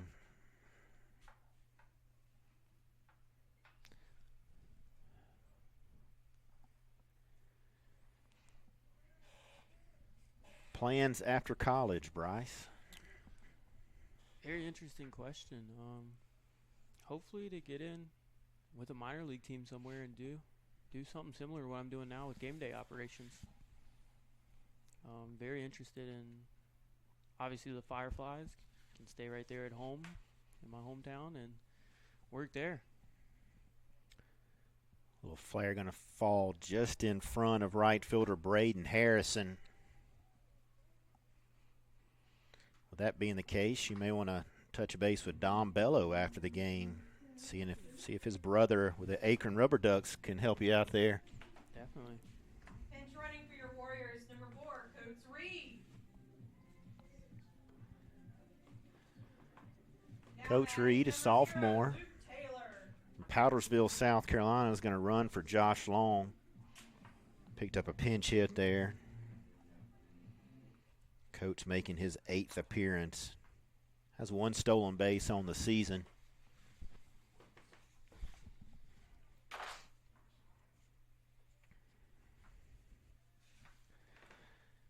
Right fielder Luke Taylor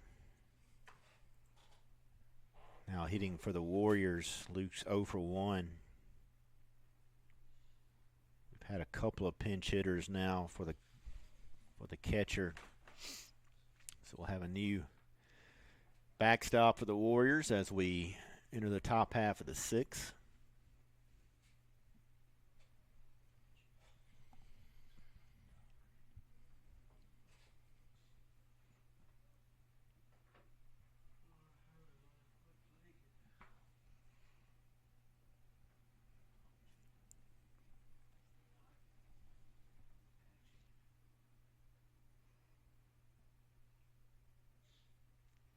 Costa has 9 walks, 18 strikeouts on the season.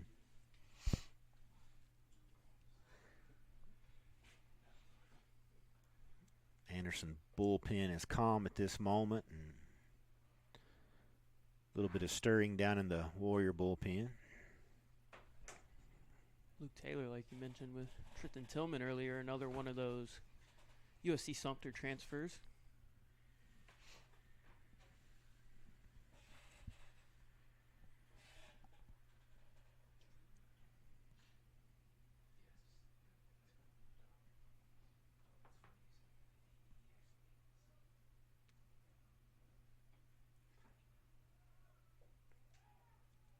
Coates on the run. Ball goes into center field.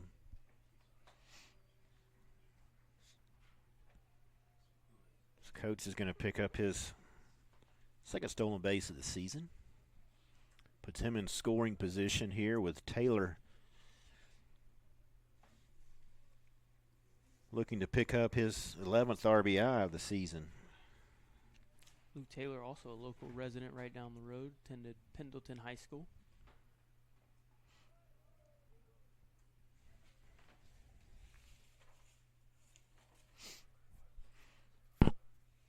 We should probably get a count of the number of players playing in this game from both teams within a 30-mile radius. Oh, yeah.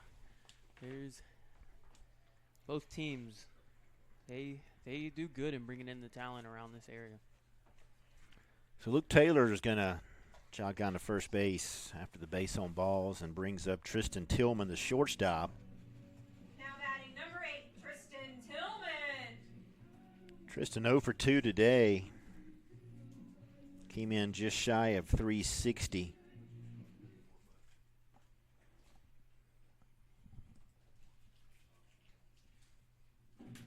My apologies, just shy of 300.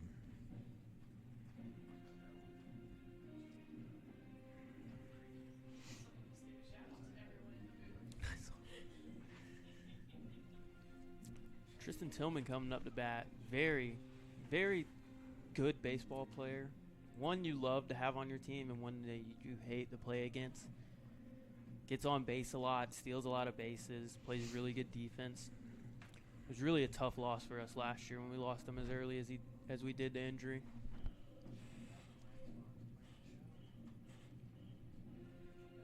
Yeah, you're exactly right. Somebody that can, as you said, can get on base and can be kind of a portrait of disruption on the base pass and plays with that intensity is always a tough one, as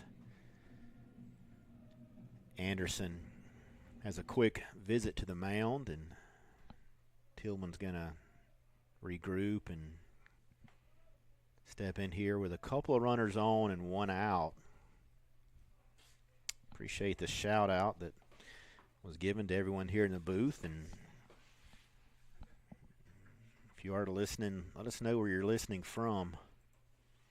It'd be great to know where everyone is watching the broadcast. Doubleheader today is the Warriors and Trojans, and then Venezuela and USA later on today, first pitch at 8 o'clock. So if you enjoy baseball, what a great day and night. Little twilight doubleheader here.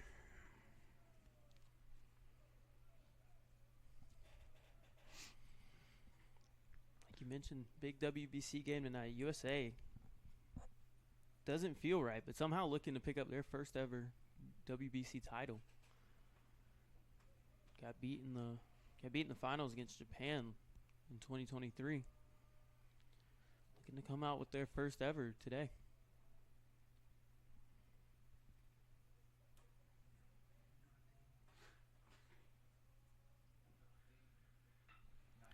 Line drive going to fall in front of the left fielder. And that's going to plate the first run of the game here for Southern Wesleyan. So an RBI single as Tillman picks up his 11th RBI on the season. Number 48, Nolan Evans. So good chance here for Southern Wesleyan to get something going with the top of the lineup and still a couple runners on. Nolan 0 for 1 with a walk. He is the leading hitter thus far this season in the 26 campaign. Came in today hitting .364, 21 RBIs, second on the team in RBIs, second on the team in home runs. Big fly here could tie it up.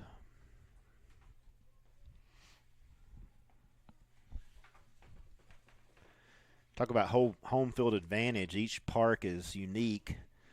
Southern Wesleyan standing in the sun, and Anderson is completely in the shadows now. So it's about 5 to 8 degrees difference, I can guarantee you, in the first base dugout than it is the third base dugout.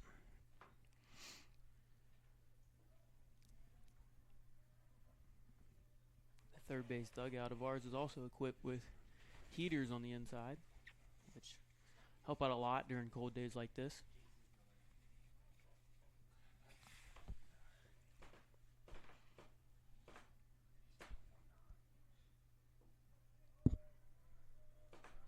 Misses low out of the zone, so 2-1 count now.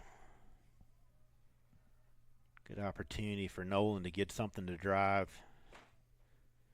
Advance runners, perhaps score. Fouls this one off.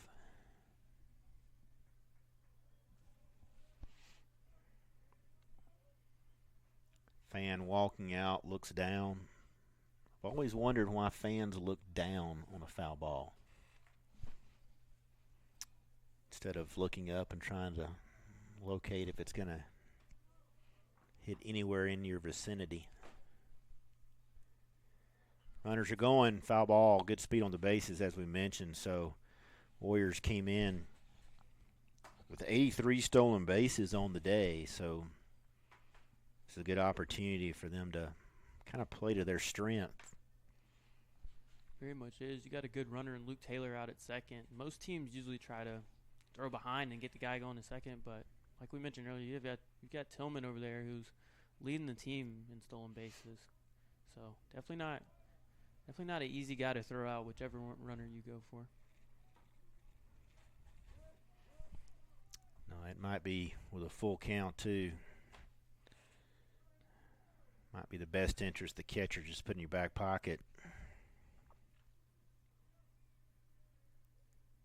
Runners off again, and unfortunately, a line drive to the first baseman is going to double up Tillman. So sometimes you live by the sword, you die by the sword, but you got to be aggressive there, especially with the speed that you have at first and second, and that's part of the game of baseball, playing the percentages. Warriors do pick up one. When we come back, we'll be in the top half of the sixth, 4-1.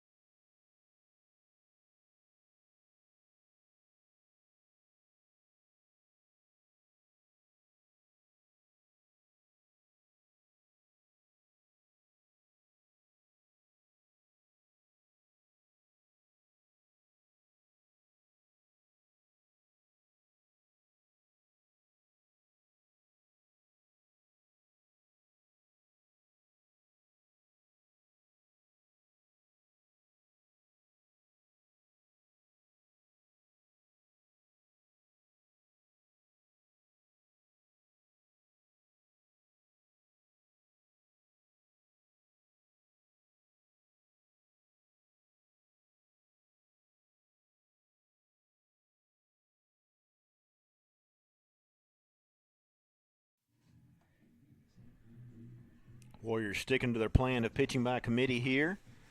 And next pitcher is going to be Coleman Wiley, the lefty sophomore from Woodstock, Georgia. Now batting number 7, Brooks Morrow. Coleman making his 7th appearance on the season. No record, 4.35 earned run average, just shy of 11 innings. Tough break for the Warriors in the bottom half of the 5th. Had runners on first and second, 3-2, 1 out. Put the runners in motion, a line drive to the first baseman, doubled off Tillman at first base to end that inning. Warriors did pick up a run, so they trail by 3, 4-1. Shortstop Brooks Morrow stands in for Anderson. Sends this one off and out of play. Brooks, a perfect day so far. 2 for 2 with a couple runs scored, and has also been hit by a pitch, so he's been on the base pass.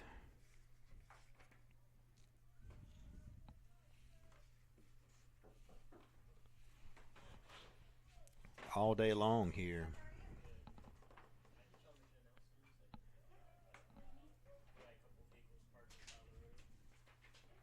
This one's fouled off, so 0-2 count.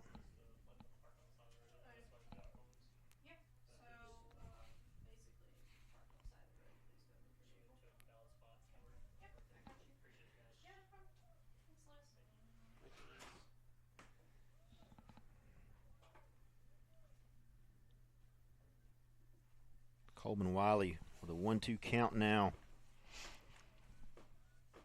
Levi Medford, designated hitter on deck for Anderson.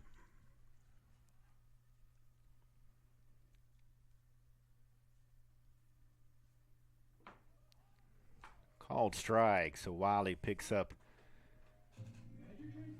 a strikeout here.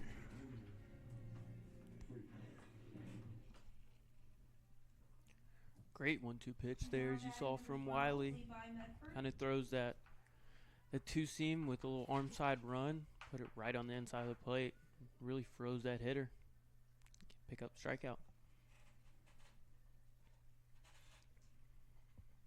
Medford 0 for 2. Has a walk and a strikeout.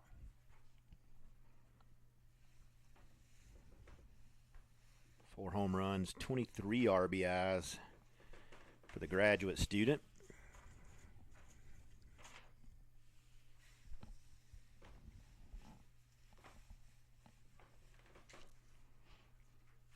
More action down in the Anderson bullpen. So we'll see if we have a new pitcher in the bottom half of the 6th.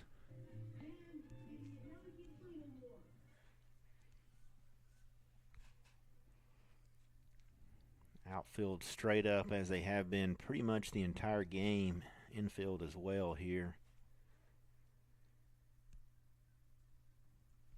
Wind has kind of shifted more towards center field than it has all day. Kind of going straight out to left center now.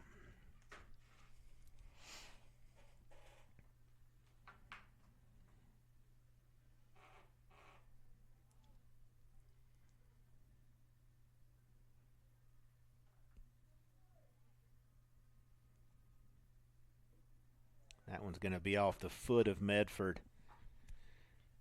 So on a cold day like today, that was not going to feel very well. I was just looking, Bryce, an odd pattern in front of the mound. Typically there's a worn-out spot directly in front of the catcher. This one kind of veers off to the first base dugout. Yeah. I would say practice-wise, we work a lot on bunts and PFPs, and that's typically the side you kind of float to. You don't see as many bunts down the third base line as you do the first. So that spot's always tough to grow grass in. A lot of people walk through there. That's another aspect of the game. It's been long gone at the professional level in Major League Baseball, but you're starting to see that aspect of the game kind of trend away as well. Not much station-to-station baseball anymore.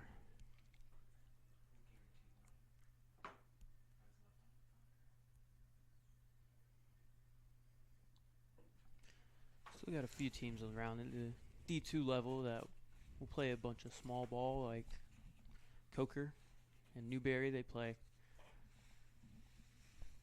a lot of small ball. They don't strike out much. They like to put it in play as much as possible.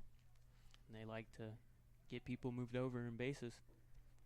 Nice pitch there by Wiley. Miles Denton, 2 for 3 with a run scored and a couple of RBIs. He's also struck out.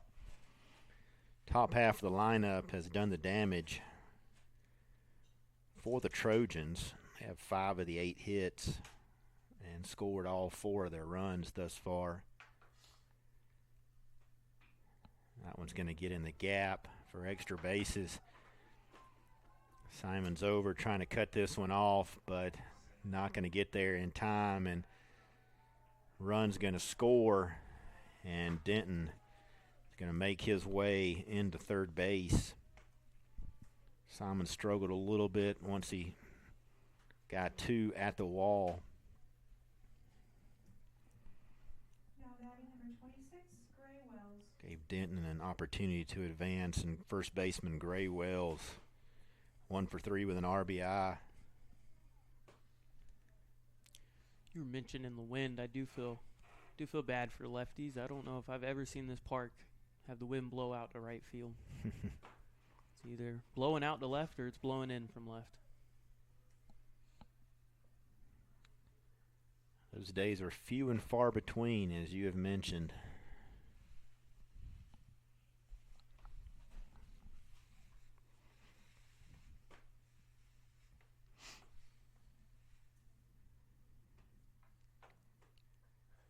Also gets a lot colder over there in right field as the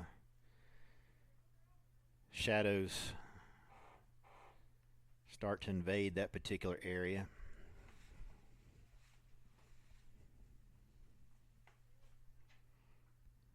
You have to pick your poison. You want to be a little bit colder in right or face the sun in left. Definitely. There's also a very small creek over there that runs down the right field line, and you can feel the cool off the water over there a lot more.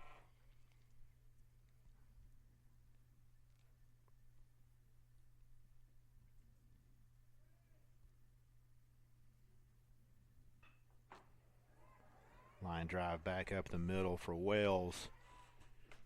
It's going to score another Anderson run, so they now lead 6-0. They've got their runs in twos, so we'll see if Wiley can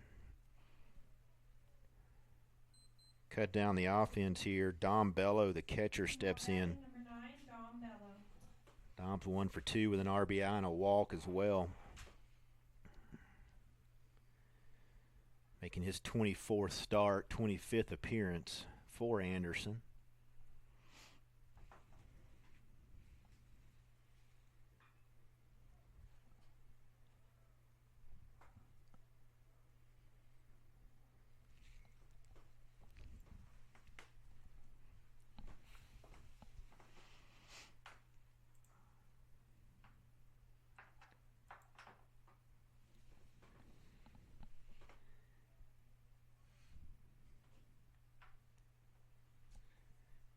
Got to question if the grill is still outside the press box, and if so, possibility of a Warrior tailgate on Saturday's doubleheader. I'm not sure where the grill is, but we will definitely try to figure out where it's located. It is. I can confirm from earlier today, it is still sitting out there, and we are guarding it well because we know how good the food is that comes from that grill. What kind of grill are we looking at? Is it a Blackstone? Is it a... Okay. Foul ball off, out of play. So it looks like there's a charcoal grill outside the press box, I'm being told. Run by Gavin Kent's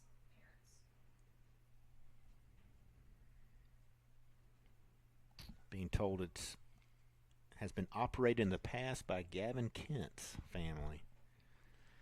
I'm sure they will be more than happy to partake of some food on the doubleheaders. Those Saturdays can get very long when you're playing at minimum 16 innings of baseball with a 9-inning and a 7-inning game. And then if you mix in some extra innings, nothing like the smell of barbecue at the ballpark. Very nice, amazing people. We met them 2 weeks ago, and they treated everyone working in the press box to some sausage, and it was amazing. Unfortunately, I was not in attendance that day. I'll have to take your word for it. Swing and a miss there by Dom Bello. We got to stop talking about this food, Bryce. I'm getting hungry now. Couple outs here. See if Coleman Wiley can retire Zach Stover, the center fielder, and work himself out of this 6-inning dilemma. Warriors can get back in and play some runs.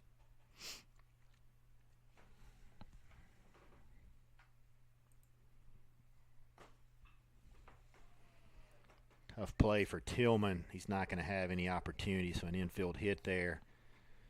Off the bat of Stover, first and second baseman Riley Matthews. Tough break there for Wiley. He got the ground ball, but nothing Tillman could do other than keep it in the infield. Matthews came into today hitting .245, a couple of home runs and 16 RBIs, a stolen base.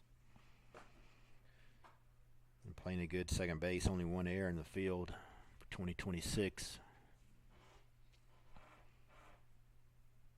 Matthews, a freshman from Waxhaw, North Carolina.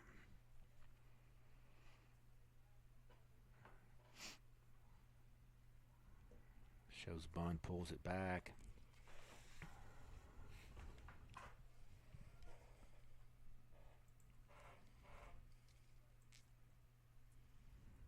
Matthews 0 for 2 with a walk and a couple of strikeouts. Adams Fawcett waits to hit next. Should Matthews reach?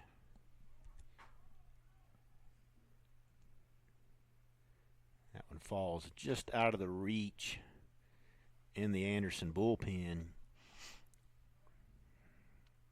And Bryce, I feel like this is our third conversation. Even there's 2 outs and it's a couple of hitters away, you still have Harrison looming down there. He's currently in the hole, so definitely Wiley wanting to get Matthews and definitely Fawcett out. Definitely right. Definitely want to attack these two guys, and that's a great pitch right there. Right on the inside half. Really kind of freeze him, make him think like it was going to run into his hip, and it comes back last second.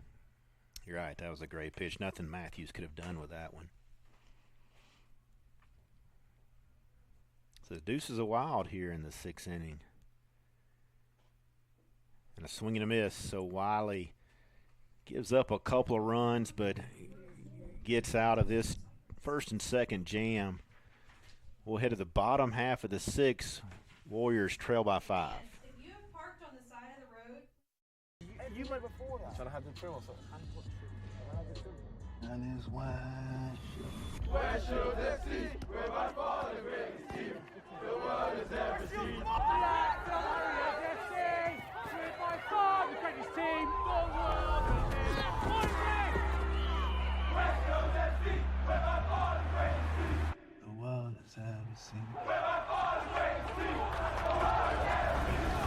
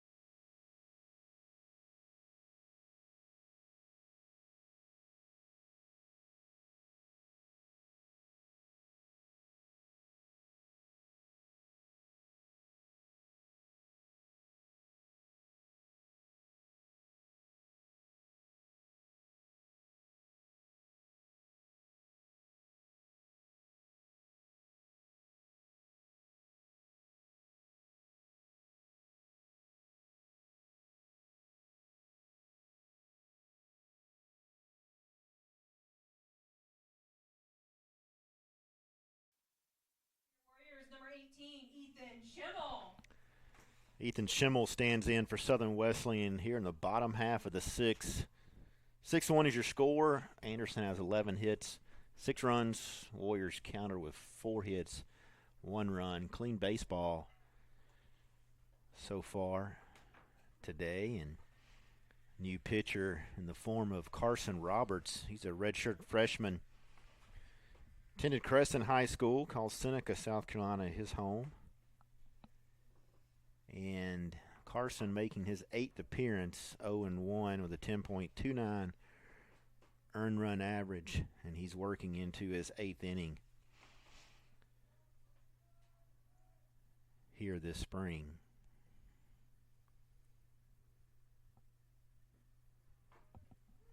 As we mentioned, Anderson is hosting Emory and Henry from Virginia this weekend, and the Warriors are hosting North Greenville from nearby Tigerville this weekend. 4 o'clock first pitch on Friday.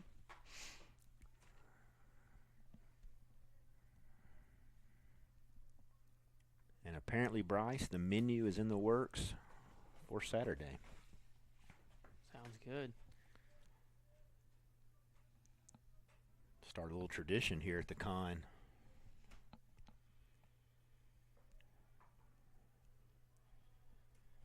Have a little grill off. Here we go.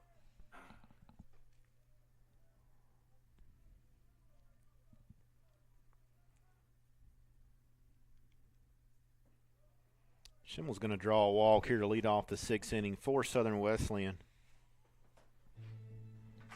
And this will bring up Sam Simons. Now batting for your Warriors, number 71, Sam Simons. Sam's 0 for 1 with a walk. Anderson's done a pretty good job. Not only Luke Godwin with the start, but a couple of relievers now out of the bullpen. They haven't allowed the Warriors to get anything much going offensively, and when they did, they were able to shut them down pretty quickly. So we'll see if Simons can get a little rally going here in the bottom of the 6th. You don't want to wait around too long, especially allowing Anderson a 5-run lead. Looks like Ashton Shackelford is their go-to guy as the closer. He has 3 saves on the season. So, Bryce, that's the one thing about the bullpen. If you have a good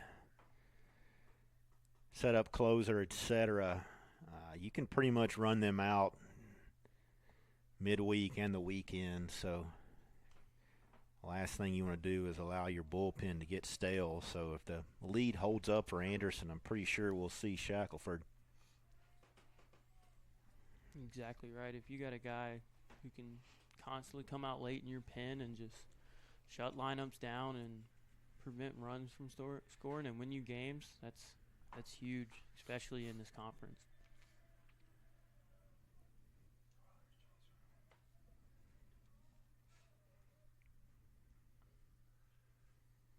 Looks like Nick, I believe it's Gonsalves, is that correct? That is. He leads the Warriors with a couple of saves thus far on the season.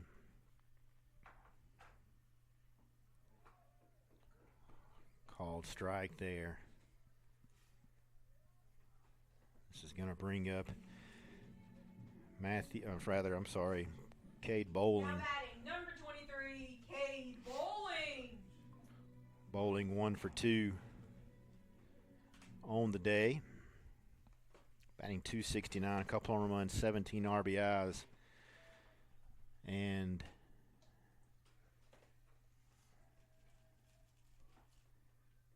so I did not see what happened there. Bryce, did you happen to get a... I did not. Field umpire came in, so now we're going to, I guess, reset the pitch clock.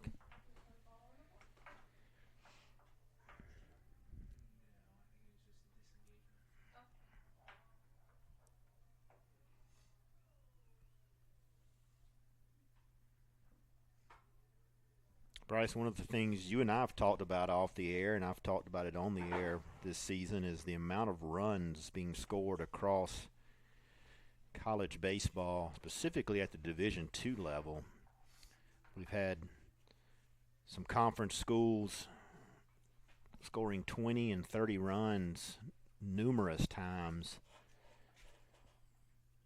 I know Francis Marion had a big series, I believe, against Shorter, and Young Harris had a big series, maybe might have been Shawan, but the amount of runs being scored in Division II baseball has just been off the charts.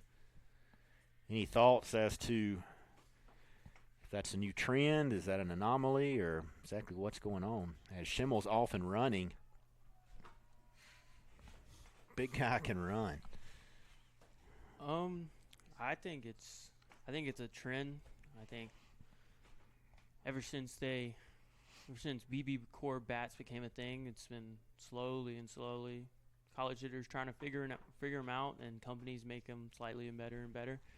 And I think we got to the point now where college hitters are really figuring out these BB core bats, and it's really tough for pitchers to keep up with the level of offense that's being produced. Schimmel picks up his 12th stolen base.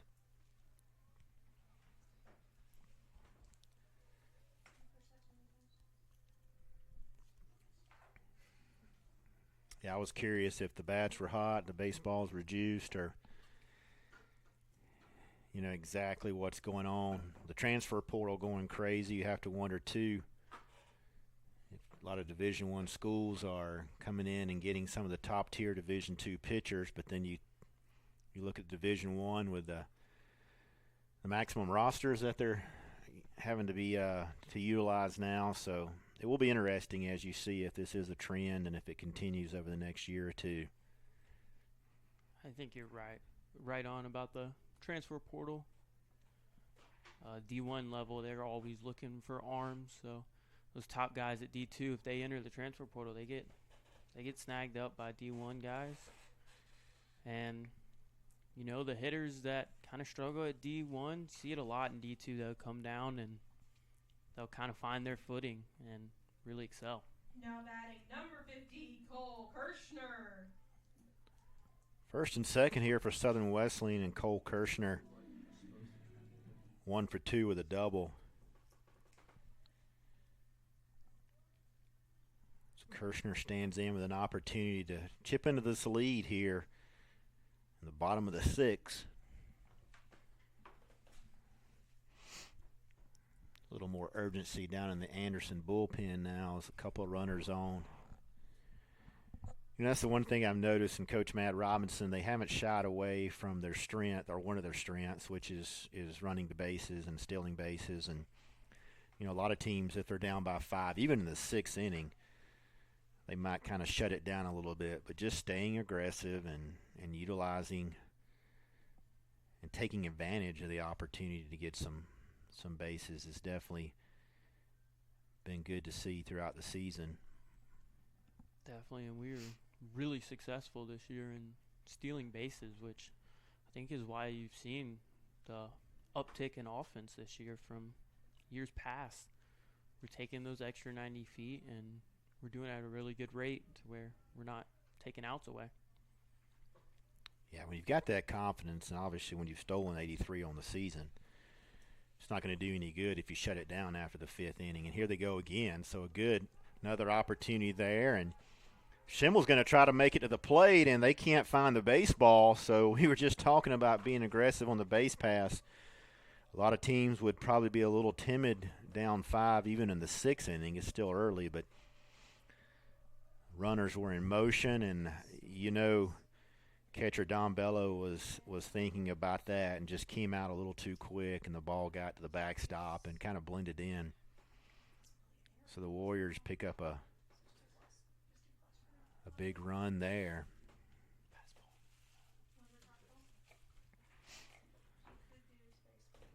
So Kirshner still stands in, the first baseman, with a chance to pick up an RBI here. Matthew McCaffrey waits to hit next.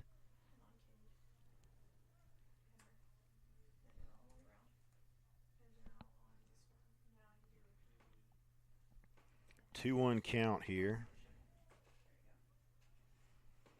1 out.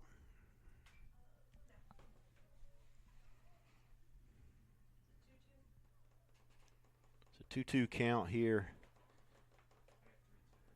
3-2 count here on Schimmel.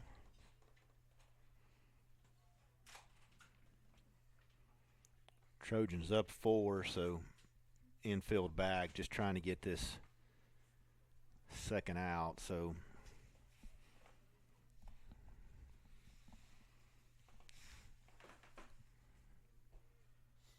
ground ball up the middle, fly ball to the outfield, should score another run, and a walk here is going to put runners at the corners. And head coach P.J. Zotsky is going to head to the mound. Most likely going to get a pitching change as the bullpen starts to head that way, and we'll take a break. Warriors, when we come back in the bottom of the 6th, trail 4, runners at the corners with 1 out.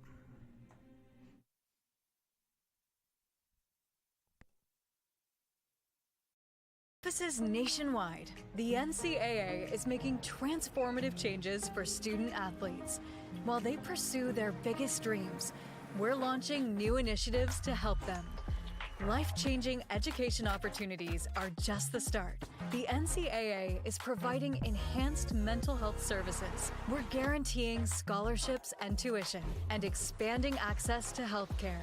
Visit ncaa.org/change to learn more.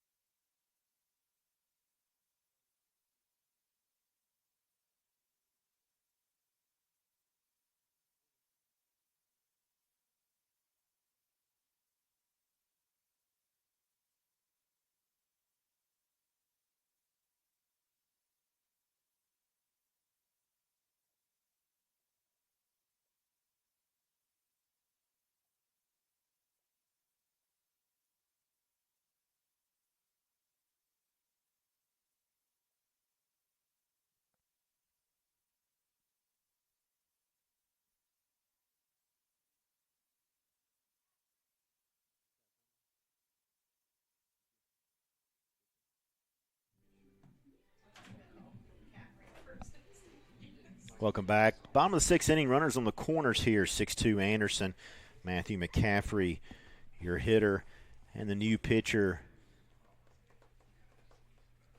for Anderson, as McCaffrey shows bunt, is going to be Charlie Sauls. He's a redshirt sophomore, transfer from Bob Jones University.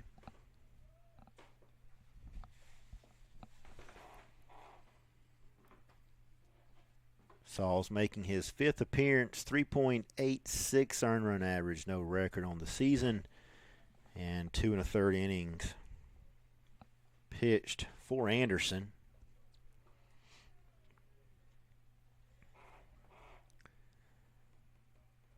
Sauls attended Patrick Henry Academy, as we mentioned, a transfer from Bob Jones. So McCaffrey 0 for 2 with a strikeout. That one fouled off into the Warrior dugout. As we were talking about earlier with the game plan of the stolen bases. So a great example right there why it's important to still stick with our game plan, because got the ball, forced them to do something, and they made a mistake. We got 2 bases and a run out of it. Ground ball over to the first baseman.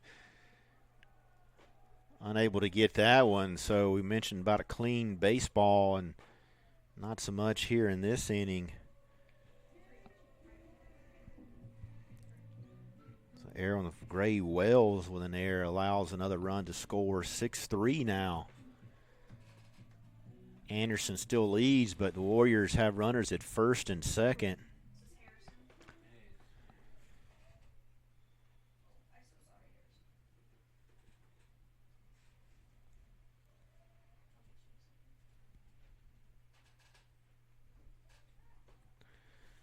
Ball gets away from catcher again, so the Warriors are able to advance 90 more feet.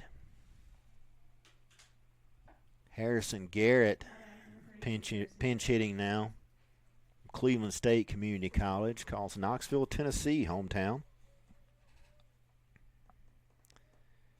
Going to be his 5th appearance this season, batting .273, his 12th at bat on the season.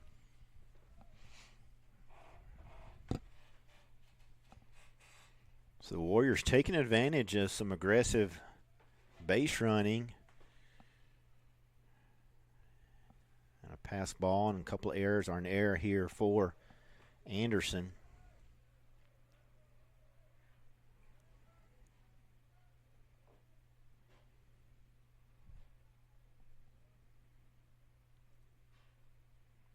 Outfield for Anderson straight up, as is the infield, so having to play a little bit deeper just due to the wind and a ground ball through the infield. Great take there from Harrison Garrett. That pitch was very close, but great eye from him.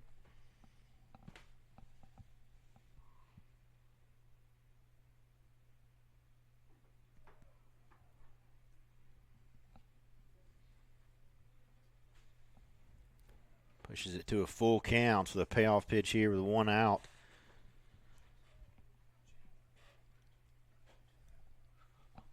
Luke Taylor waits to hit next.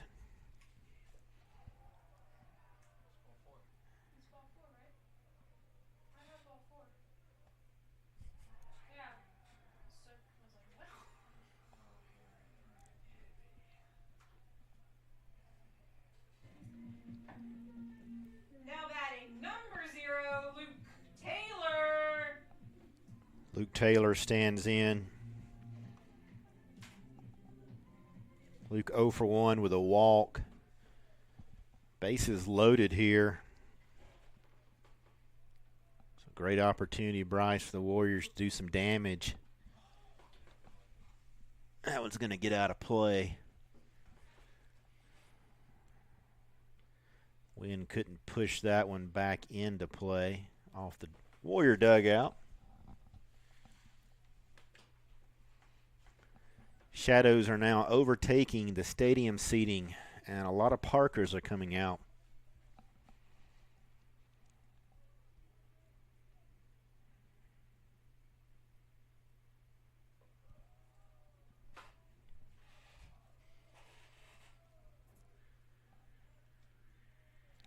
Luke Taylor can find a gap here. This will turn this game on its head.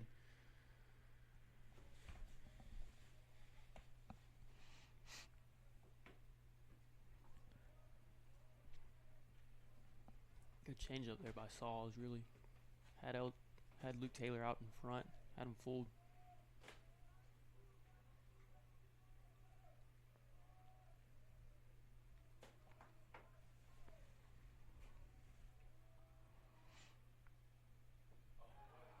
Called strike there, so Taylor will head back to the dugout and going to bring up Tristan Tillman. So with a couple outs now, it's all up to Tillman. Now batting number 8, Tristan Tillman.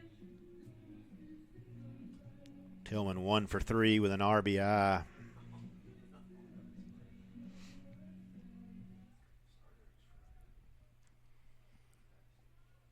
So Tristan Picked up his 11th RBI earlier in the game. And this one's going to be a line drive into center field. And the center fielder, Stover, is going to pull up, and that one's going to drop in. So a couple more runs score for the Warriors.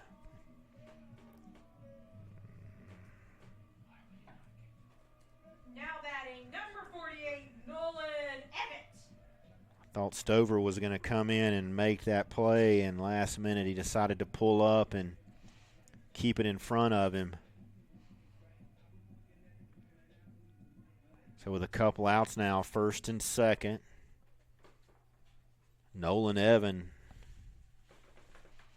at the plate now. Nolan 0 for 2 with a walk.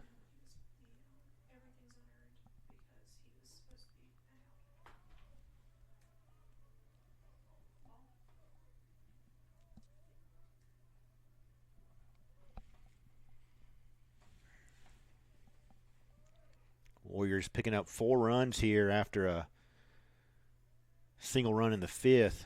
They've pulled within 1.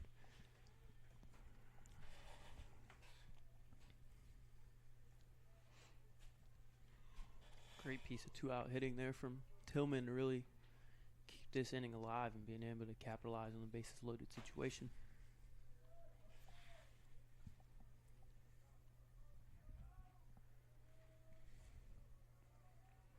Ethan Schimmel waits to hit next. Should Evett reach?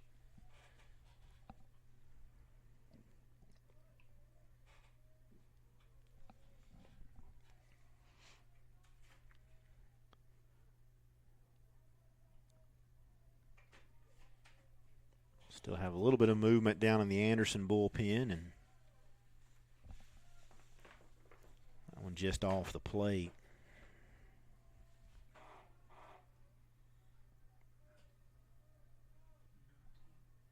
We'll see who the Warriors bring in the top half of the 7th, but they're still interested in adding on some runs here in the bottom of the 6th. A swing and a miss, so Sauls gets out of this inning, but not before Southern Wesleyan picks up 4 runs. We've got a brand new game here at the Con. We'll head to the 7th. Anderson leads 6-5. Legacy began in 1973. That was the year NCAA Division II was born. And since the very first day, our division has shaped generations of student athletes with a true sense of academics, athletics, and community. That is 5 decades of graduations, championships, teamwork, and personal development. 50 years of shaping student athletes into world-class leaders. NCAA Division II. Our division, our legacy.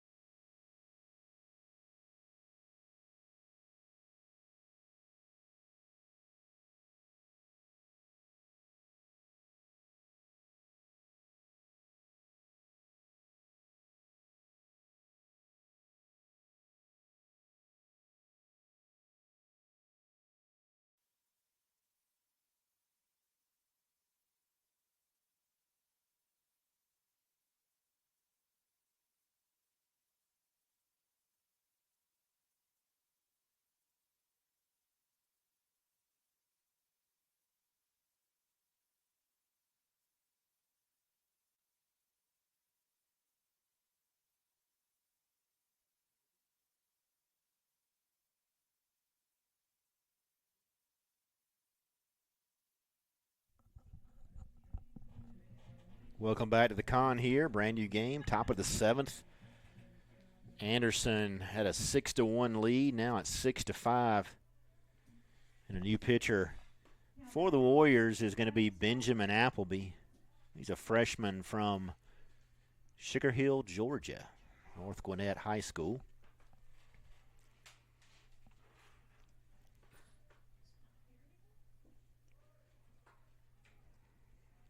Adams Fawcett, the left fielder, stands in.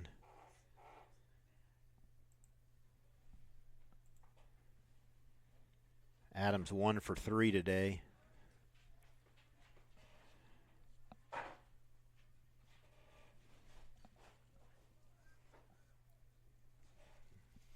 Appleby making his 7th appearance. He's 0-1 with a 9.64 earned run average. And this one actually is behind Fawcett. 9 1/3 innings on the season, so a hit by a pitch is diverted. 3-0 count. Question from Slido.com is, how's the umpire crew doing today, Bryce? I feel like they're doing pretty good.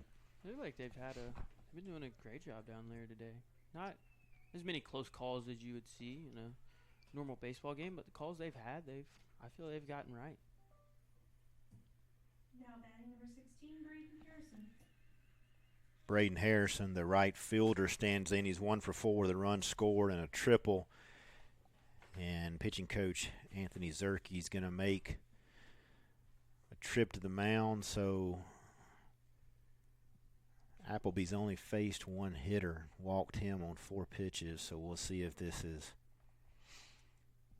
the type of conversation this is. Utilizing the TrackMan software, and of course you can get all kind of metrics and analysis from that, but it also gives the rating for the umpire. But I feel like sometimes, obviously, use a 2-man crew in midweek non-conference games, a 3-man crew on the weekend. And, we talked a little bit earlier. We had the issue with the interpretation, whether it be the wind-up, the delivery, or whatnot. And a lot of times it's just interpretation from umpire to umpire. And as a former pitcher, I know you discussed that a little bit, but yeah, big part of pitching, and something Zerke does a great job of is really trying to figure out your umpire zone, because most umpires at this level, they'll give you one way but not give you another way. So just kind of, as a pitcher, trying to find where he's given a little bit more off the plate versus where he's not, and really attacking those zones.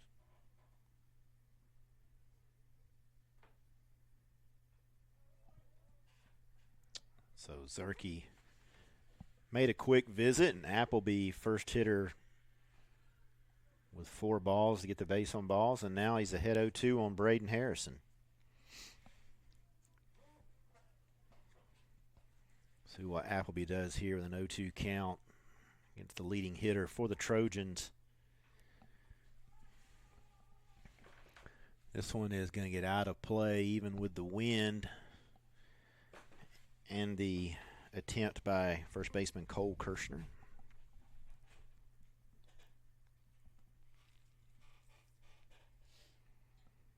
Just past the 2.5-hour mark here on a Tuesday afternoon.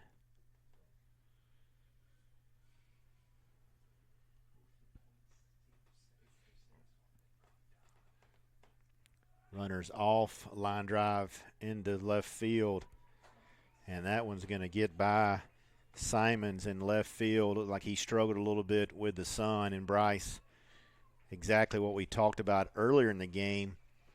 It wasn't an opportunity. He didn't have a chance to catch that, but it looked like he might have lost that one a little bit in the sun. Tried to get the glove up to. It did get to the wall. Definitely did. It definitely messed with where he saw and judged on. A big thing in the outfield on ones you can't get to is judging how hard they're hit. And I think that sun kind of hindered how hard he thought that ball was hit, and it scooted on by him. So Brooks Morrow, the shortstop, stands in. Brooks is 2 for 3 with a couple runs scored today. The foul ball down the left field line. He has a strikeout and also got hit by a pitch. So Harrison now, as we mentioned and have all day, he's the leading hitter for Anderson. He has a double and a triple now with an RBI. And again, that top half of the lineup has really been the factor for the Trojans here. They've scored 6 out of the 7 runs and have 7 out of the 12 hits.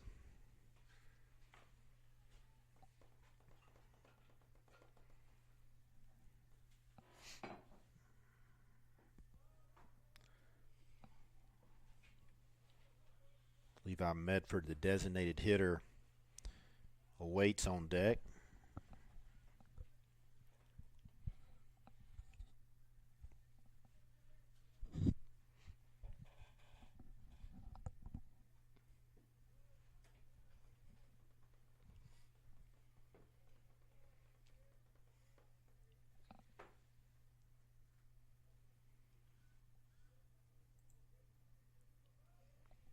Luke Godwin started on the mound for Anderson.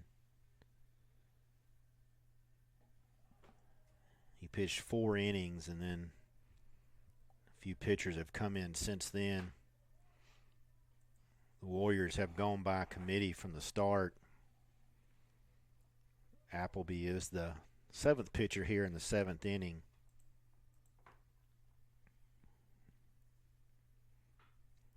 Ground ball over to Bowling at third, and Brooks Morrow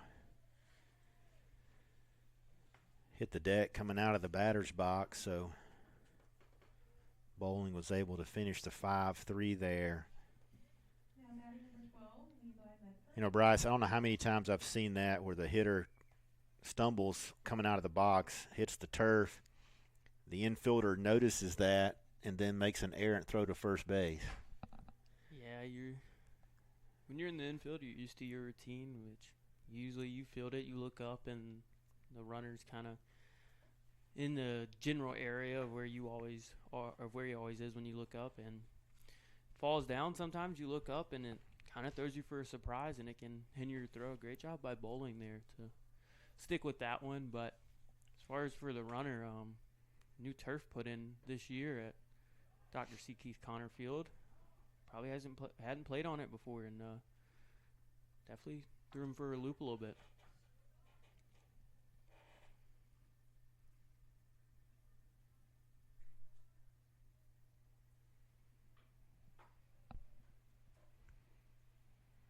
If you are new to Connor Field, as Bryce mentioned, you're probably not going to notice it, but if you've at least played here or watched a game here prior to this year, the Halo with the Warriors, and then put that in over the Christmas break, if I'm not mistaken. So runner's off and running, and a throw to third is not going to be in time, and ball pops out of Boland's glove. But they had to put probably 4 feet in play of new sod, and we did not have the weather in January and 1st of February to benefit sod trying to take root. So the ryegrass is popping up through it, but it is an issue with the infield in there. So Medford just sends that one into left field.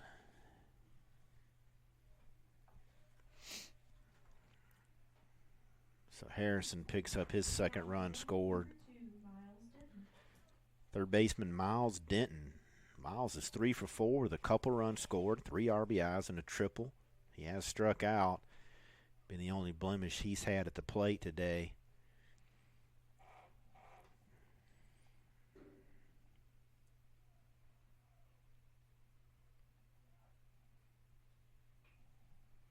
That one just foul.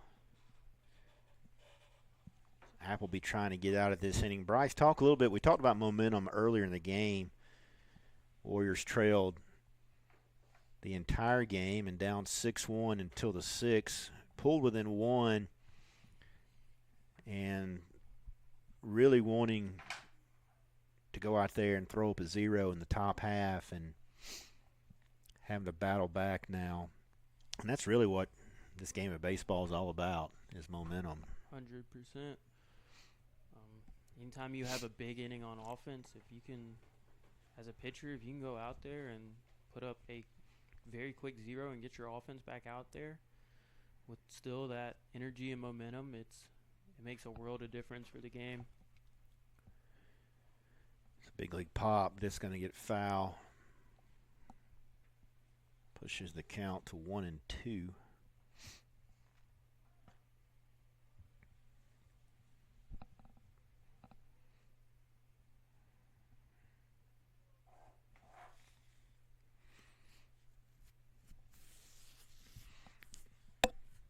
That's the one thing, too, when you make the decision to staff a game, this ball's going to be hit out to right field. So Medford's going to force the throw in, but he's not going to attempt that. Anytime you make the decision to staff a game, a lot of times you'll staff it up until the 7th or 8th inning. Sometimes you may staff the entire game, which does make it a little difficult when you are put in situations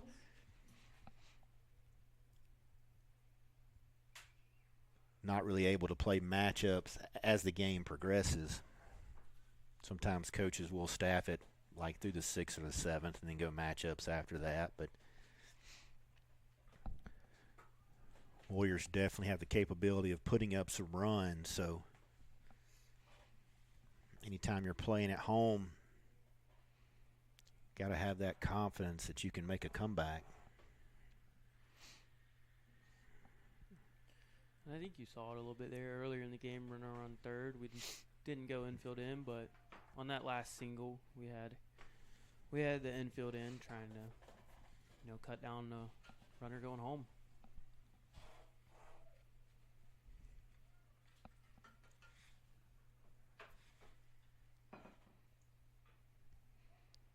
Ground ball will be foul again, so we'll start this one all over again.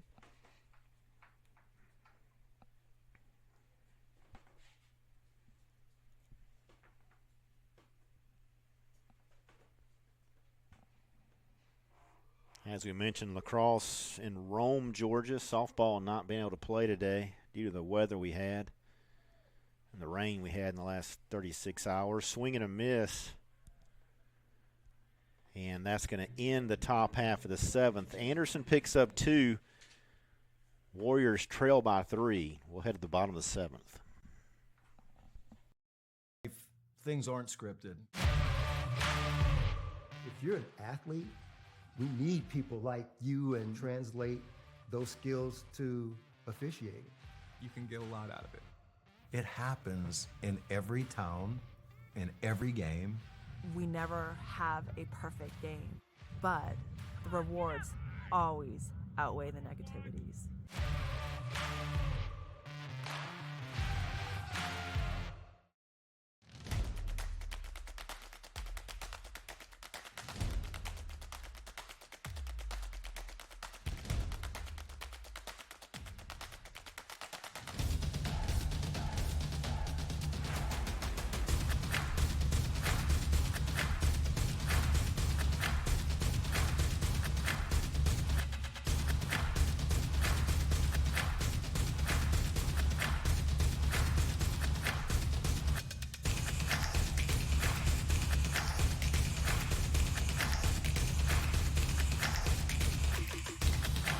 Our virtues set us apart. We daily work to build champions in body, mind, and soul. It's who we are. This is Conference Carolina.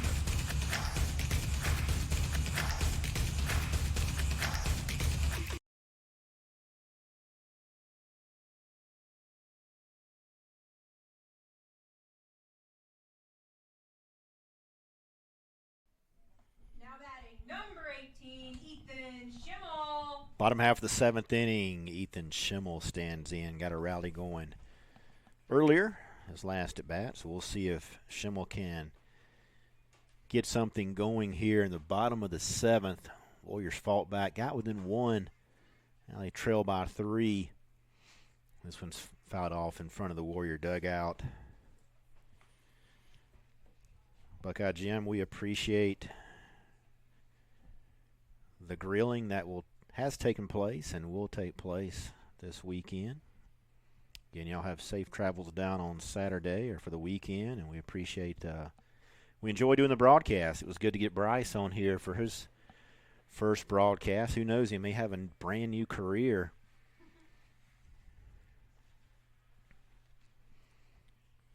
Doing the color commentary, doing the special sound effects and the music, and also the stats. So he's got triple duty today. There's a base hit by Schimmel, so that's going to get things started for the Warriors here in the bottom of the 7th inning.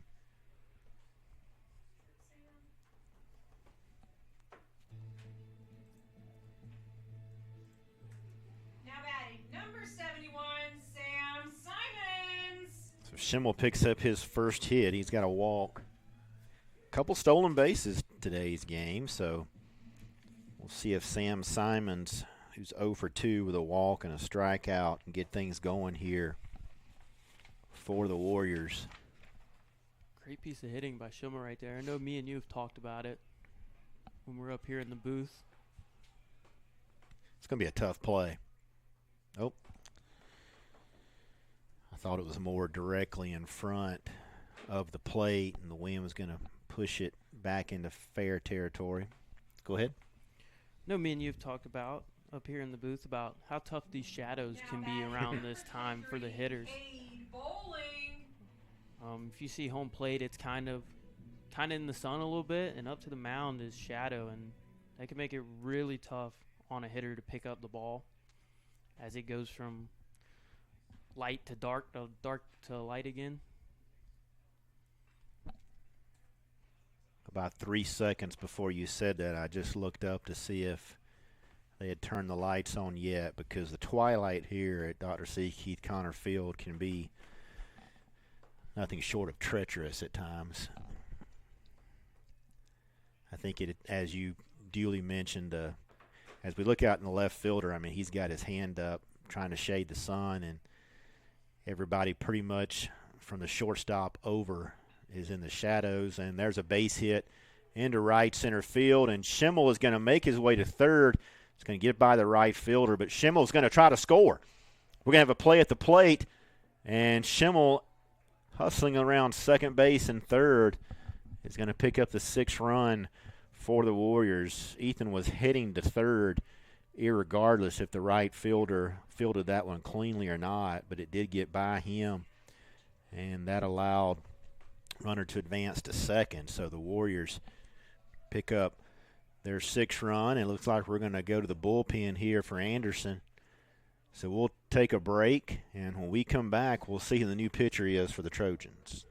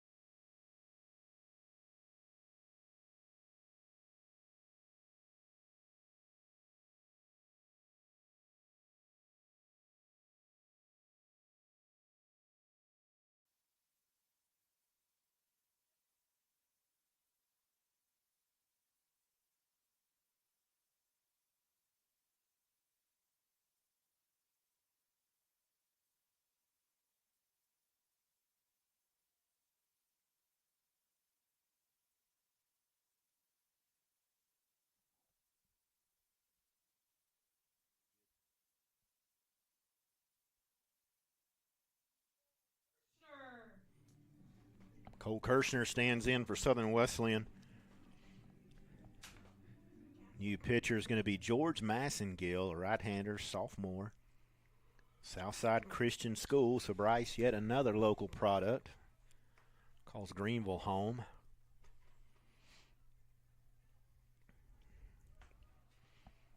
That one misses down low. Massengill making his 5th appearance, 6.35 earned run average. No record. Just shy of 6 innings pitched thus far.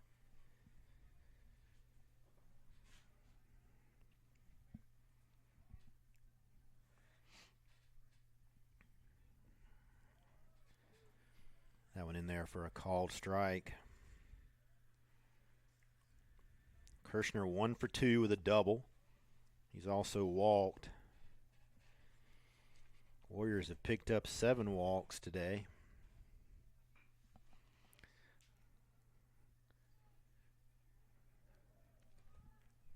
Ground ball fielded up over by Brooks Morrow for the second out. Pushes the runner for Southern Wesleyan 90 feet from scoring, and it's going to be center fielder Matthew McCaffrey.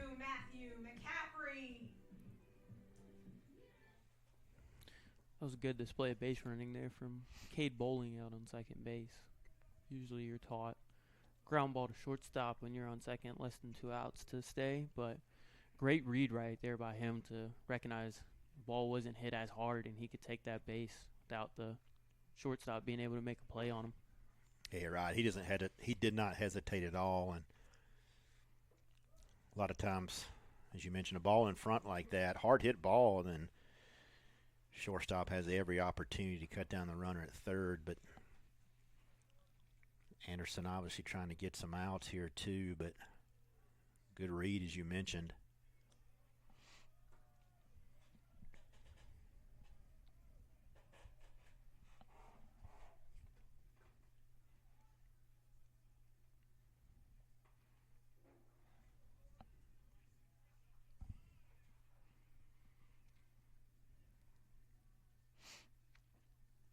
McCaffrey shows bunt, pulls back, 3-1 count.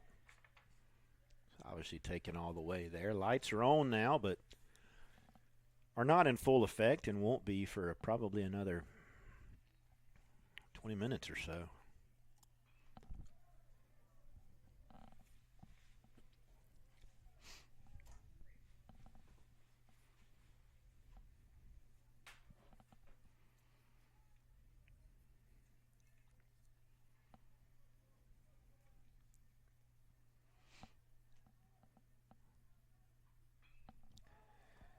Fly ball down the left field line. Everyone giving chase, but no one's going to be able to get there in time. People down in the bullpen, but no action as of yet, so.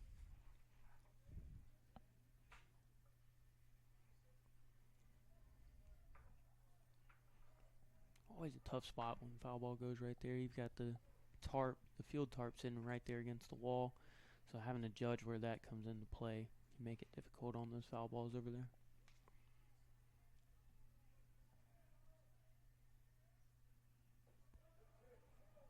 Pitch misses up high, so McCaffrey's going to head down to first base.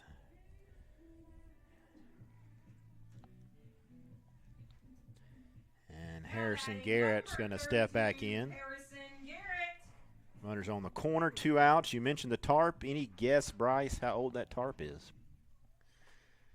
Nah, it's my best guess, 10 years?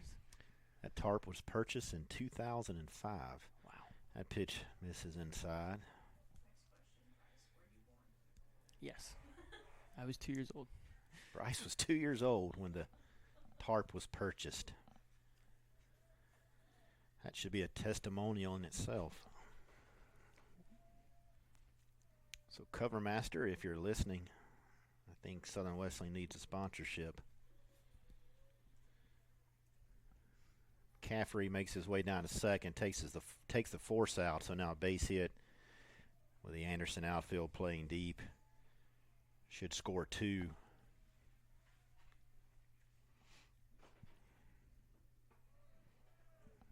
Called strike there. Students are starting to disperse from the stadium. So either they're going to get dinner in the calf or they're just too cold. It might be a little bit of both. That one misses away. We do have the luxury of having our dining hall overlook the baseball stadium, so you could actually eat inside a warm climate and still watch the game very easily, and it's pretty good seats up there. Very good seats. Like you're saying, when that sun starts to dip behind that hill and tuck behind Joyner, it gets a little colder out on the field. Start having that dew kick in and the grass gets a little wet.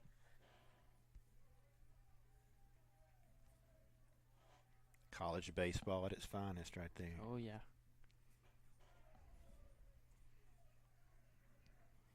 Got a great battle here from Harrison. Love to see him find a way on base here or find a ball in the outfield, tie this game up. He did pick up a walk. An earlier at bat in this 8-hole position has had about 5 different hitters now. The catcher spot. So bases loaded now with a couple of outs. Now batting number 0, Luke Taylor. Got some action going down the Anderson bullpen, but not going to be in time. So this inning is going to stay with George Massengill. Oh, get a visit.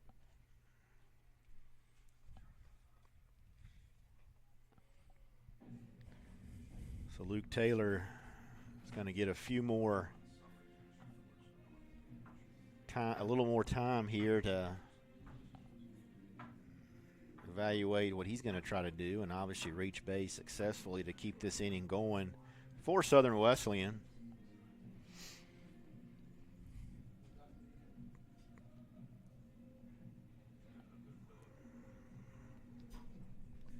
Another hour and we'll have first pitch. The World Baseball Classic, USA and Venezuela. So we're pretty much going to go straight from this game to the next one with not much time in between, as we are officially at the 3-hour mark. And now head coach Matt Robinson is going to call a timeout and have an offensive meeting here.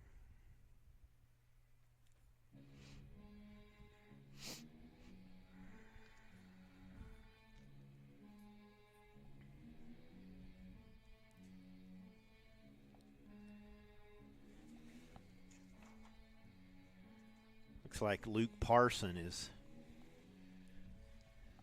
starting to get loose down in the dugout, or rather the bullpen.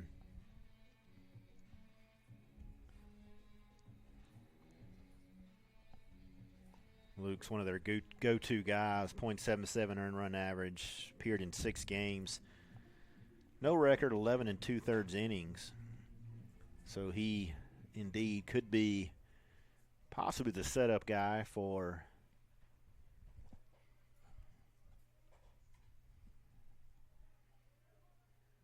Ashton Shackelford, who has 3 saves on the season.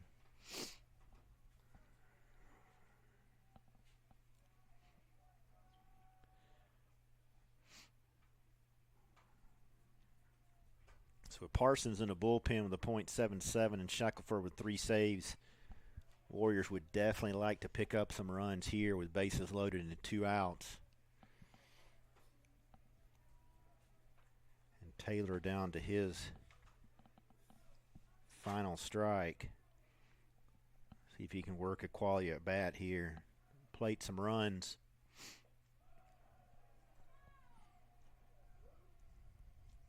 Great take right there from Luke Taylor. That was a tough pitch to lay off. Almost caught the top of the zone.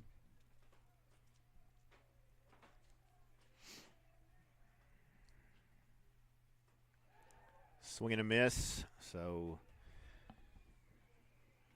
Dom Bello will tap the plate for the final out. Warriors pick up 1 here in the bottom of the 7th. We'll head to the top of the 8th. Anderson leads 8-6. You played before that. Trying to have them film or something. That is why. SWU FC, we're by far the greatest team the world has ever seen. With by far the greatest team the world has ever seen. SWU FC, we're by far the greatest team The world has ever seen. we're by far the greatest team the world has ever seen.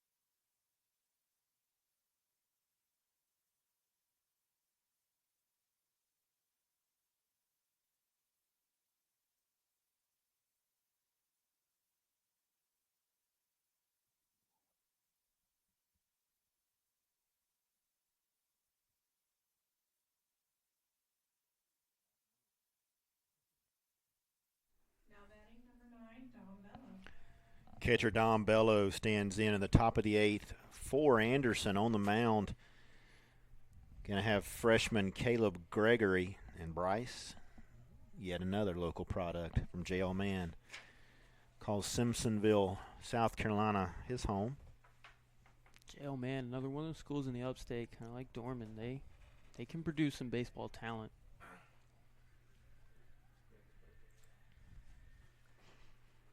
Bello 1 for 3 with an RBI, has a walk and a strikeout on the day.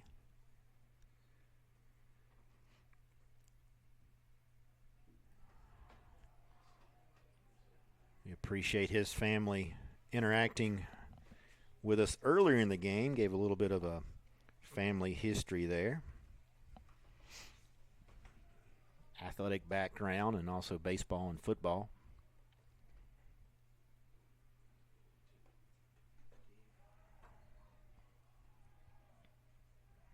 That one misses upstairs.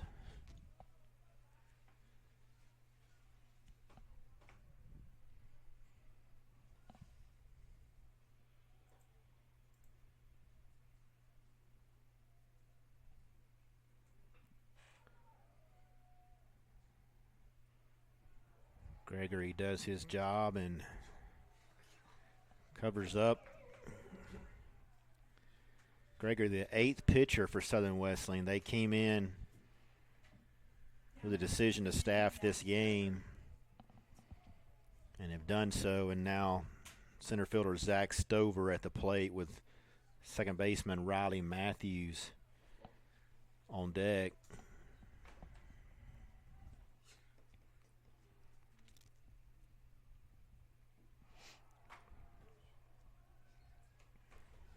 Gregory seems to have that slider of his really working so far. He had Bello fooled on one of them and then had him swing not very good at it to ground out first base, and then froze Stover on it and then had him looking silly on it on that one.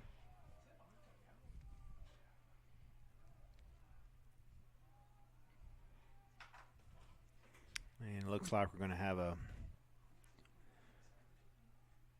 what's called an offensive timeout here. So quickly, Stover down 0-2.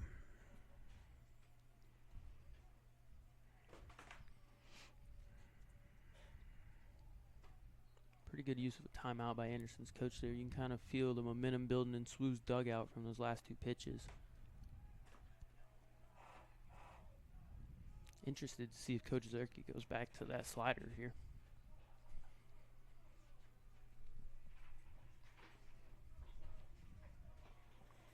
So after a brief break in the action, Gregory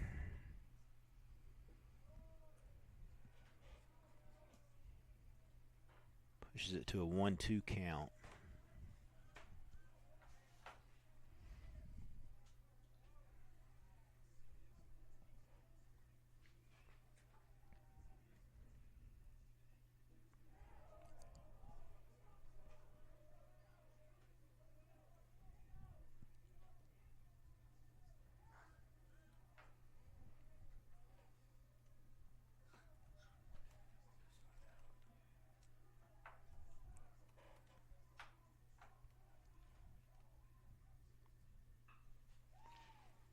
Fly ball, McCaffrey out in the shadows.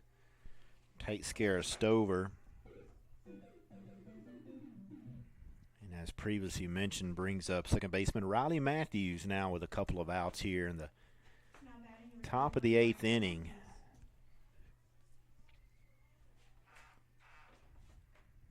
I can only speculate. I do not have the staff rotation, but I would imagine that Gonsalves will probably be there in the 9th inning.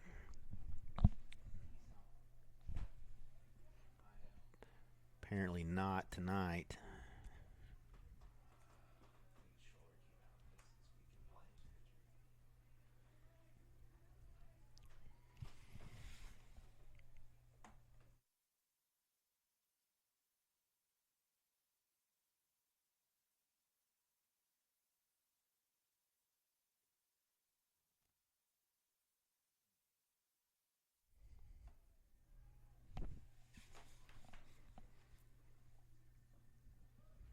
Coming in there for a strike.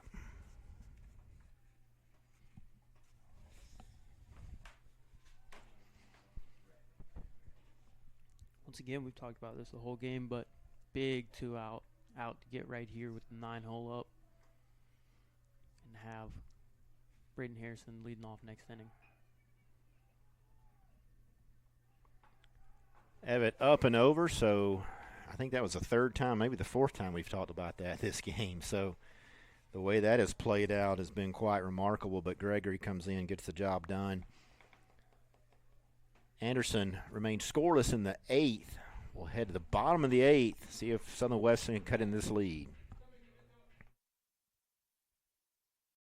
Campuses nationwide, the NCAA is making transformative changes for student athletes. While they pursue their biggest dreams, we're launching new initiatives to help them. Life-changing education opportunities are just the start. The NCAA is providing enhanced mental health services. We're guaranteeing scholarships and tuition and expanding access to healthcare. Visit ncaa.org/change to learn more.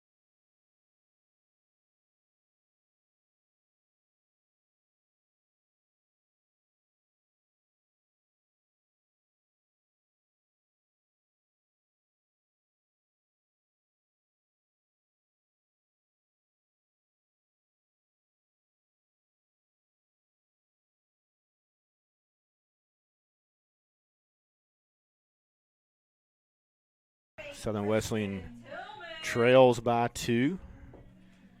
Tristan Tillman, the leadoff hitter, followed by Nolan Evett and the designated hitter, Ethan Schimmel.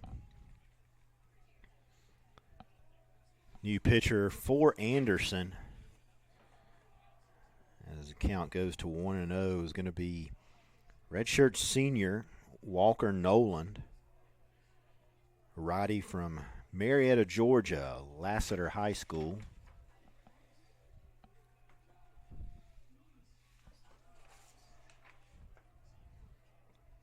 Noland in his 6th appearance and first time coming out of the bullpen. So that will be interesting to see. And Bryce, you and I actually talked about this at the very start of the game. Sometimes in midweek non-conference games, some of the weekend starters will get an inning of work, especially on a Tuesday when they got a few days to rest. And this apparently is a potential situation. So Anderson perhaps going to their weekend rotation. And we talked about the difference in the Now batting number 48, Nolan Evett. pregame routine versus a bullpen routine. Nolan Evett stands in. Nolan 0 for 3, still looking for his first hit. He has reached safely with a walk.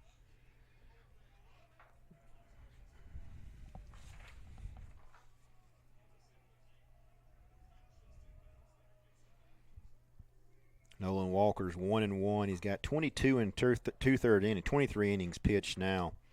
9 walks, 15 strikeouts, and makes the tag.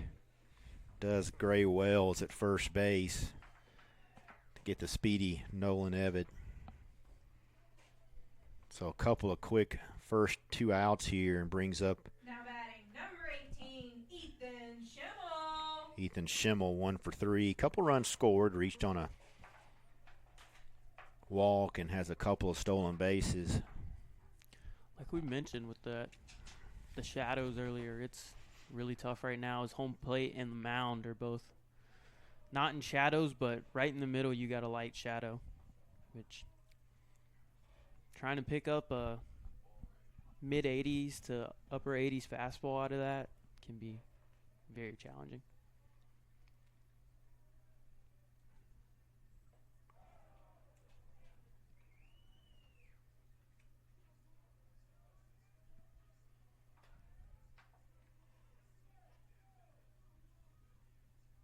These games can also be tough for a hitter if the pitching is effective because you're not getting any tendencies. You're not seeing the same guy twice and seeing somebody new each at bat. So one of the potential benefits for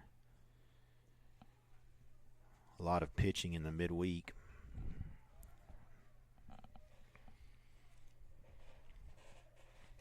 There's definitely pros and cons. One of the cons is someone could be throwing really well that day and they only get 1 inning, and then someone else might come out there and they might not have it that day and their 1 inning isn't that great. You're exactly right, and Schimmel's going to head down to first base as that hits him in the foot as well. That's one of the things when you make the decision to staff a game, you're exactly right. You may have someone that comes in and throws 5 pitches and gets 3 outs. And Now batting for your Warriors, number 15, Ethan Jarvis.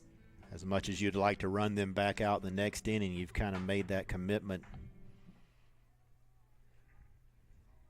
And a lot of times that's what these midweek games are for, is to get guys some work and get them ready for the weekend.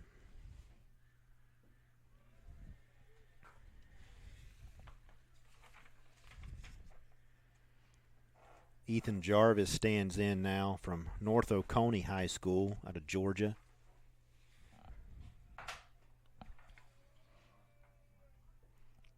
Shows bunt, pulls that back.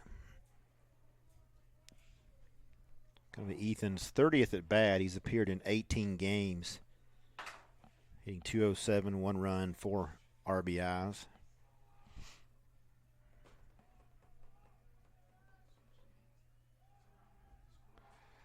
So errant throw at first base, and Schimmel had little to no lead there.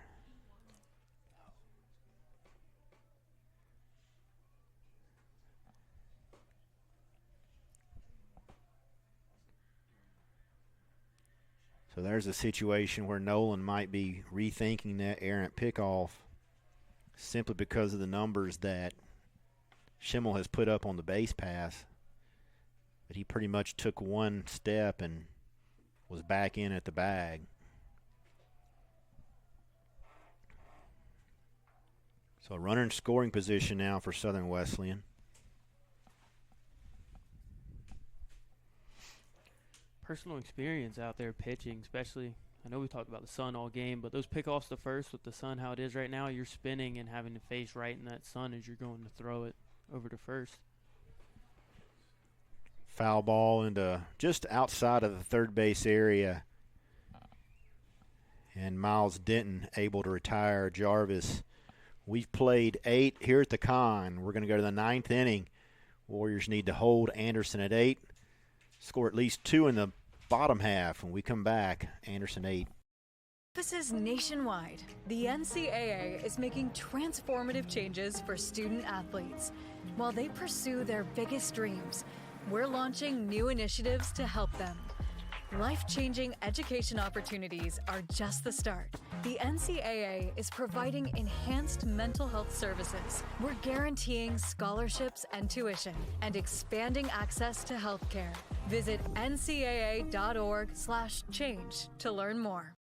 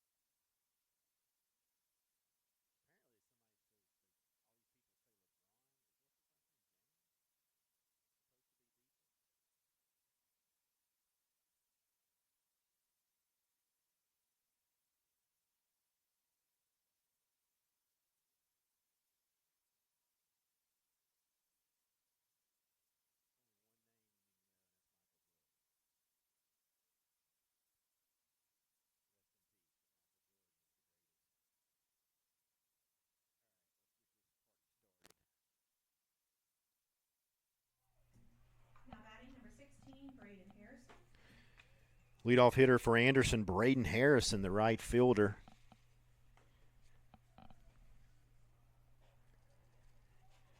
Gabe Connolly, the redshirt freshman from Greensboro, North Carolina, now in to pitch the 9th for Southern Wesleyan.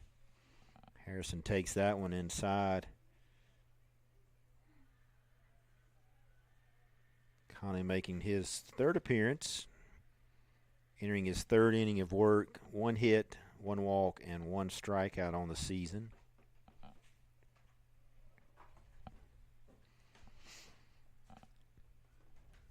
Warriors desperately needing Connolly to keep the Trojans at bay here and give them a chance in the bottom half of the 9th. Anderson does have action down in the bullpen. We'll see if we can get a number and a name here soon. We have temporarily misplaced our binoculars.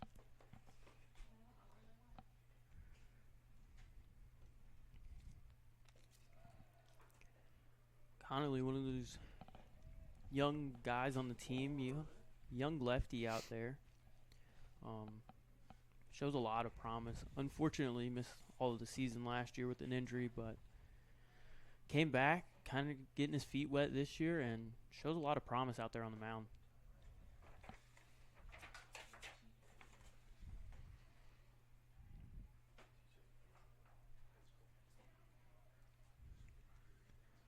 Full count here. Anderson's leading hitter and Braden Harrison.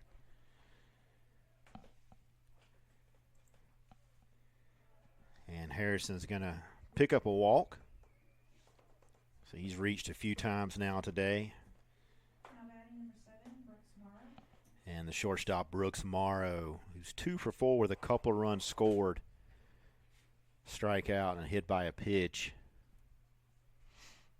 So leadoff hitter on for Anderson, and Morrow at the plate, and Medford on deck.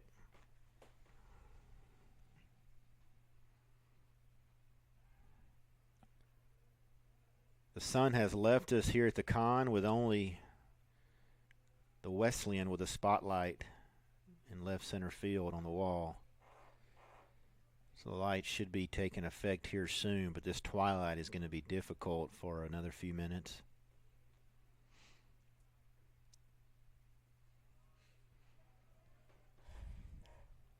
If you've joined us for the entire game, you know we've talked about the wind the entire game. It's calmed down a little bit, but it's still blowing out to left.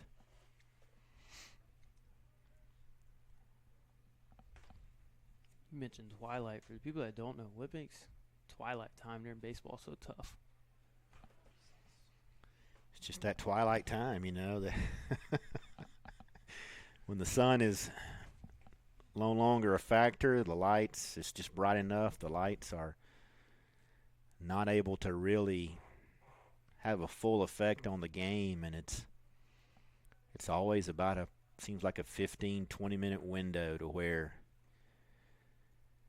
the artificial lighting is not helping, and we're going to have he's going to say we're going to have a conversation here.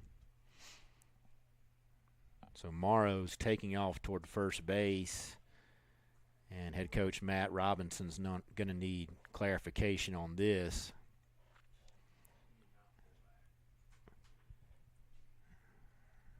There's 2 opportunities for Southern Wesleyan here. One, he did not pull back on the bunt. He showed bunt and kept it in the zone. Or he did come off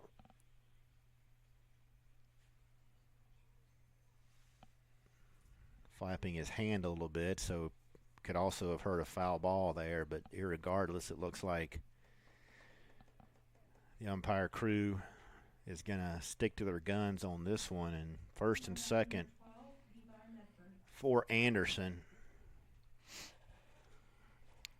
And now we've got the athletic trainer looking at the base runner.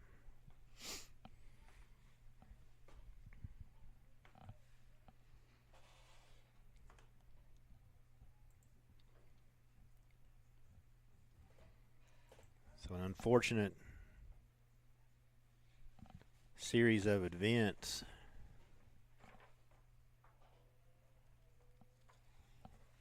for the Warriors.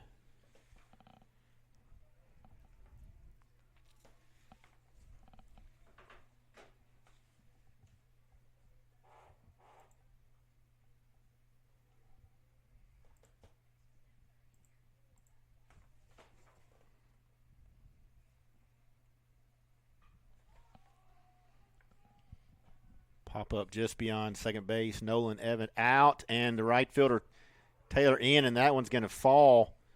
And it would have been a force play, but unable to get that.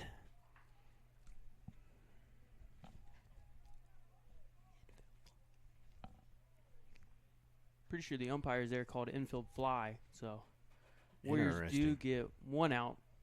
They did call that. That was a little deeper than I thought would for an infield fly. Good catch there, Bryce. That happened to the Braves in the World Series, did it not? Yeah.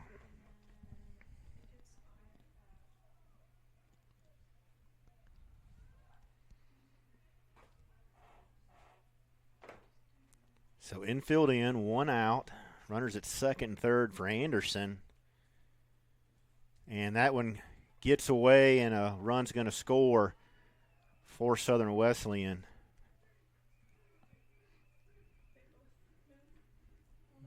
Yeah. I'll be honest with you, I was not even looking at the umpire. I didn't think that was going to be an infield fly at all. Just based on the way Evitt was having to trek out into right field. But irregardless, we're a runner on third, 90 feet away. And it's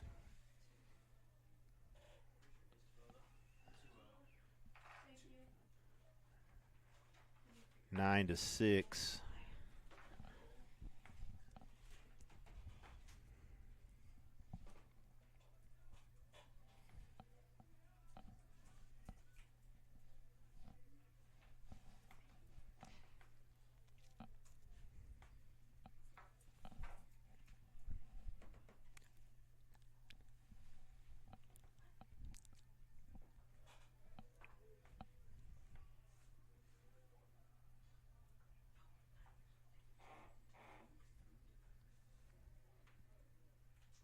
So an interesting top half of the 9th inning here.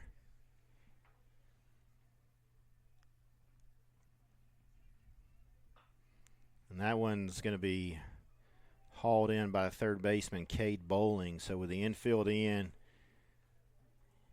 he was able to stab that one. So 2 outs now. And Gray Wells, first baseman, stands in. Conley definitely wanting to grab the 3rd out here. Wells 2 for 5 with a couple of RBIs and a strikeout.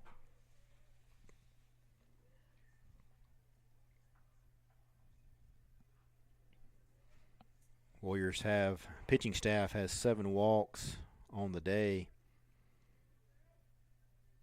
9 strikeouts.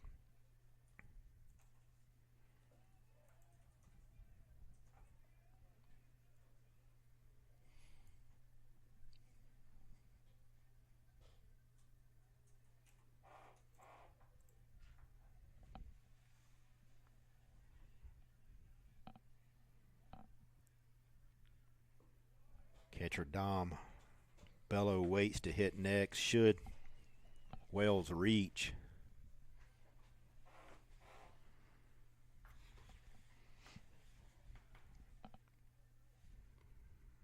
Warriors would love to get in the dugout, only down by 3. Make that task at the bottom of the 9th inning. There's a called strike.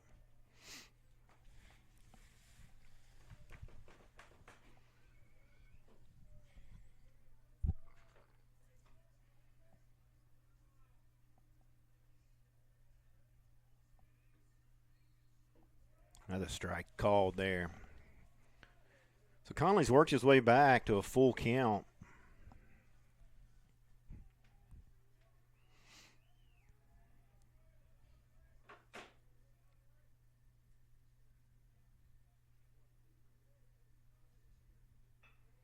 Ground ball up the middle. Tillman across behind the bag to make the play. So a nice play by the shortstop there. Keeps it within 3.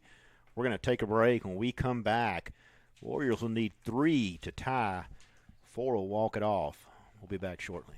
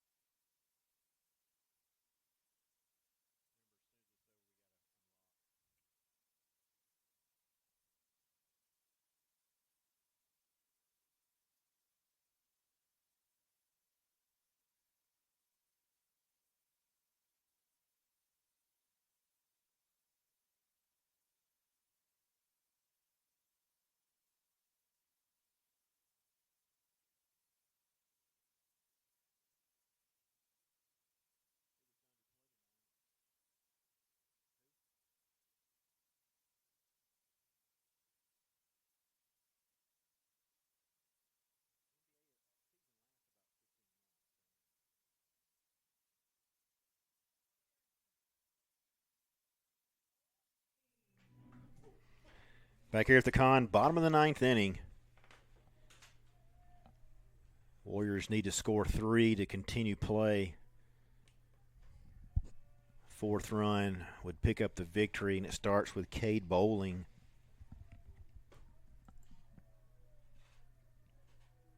Cade's 2 for 3 with a run scored and a walk tonight.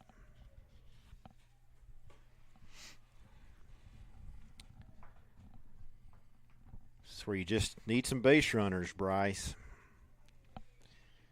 Exactly right. If you're Cade Bowling right here, you can't win this game in one swing. You can't tie this game on one swing. You're just looking for any way to get on base, whether that's wearing one, getting a walk, or finding a hit.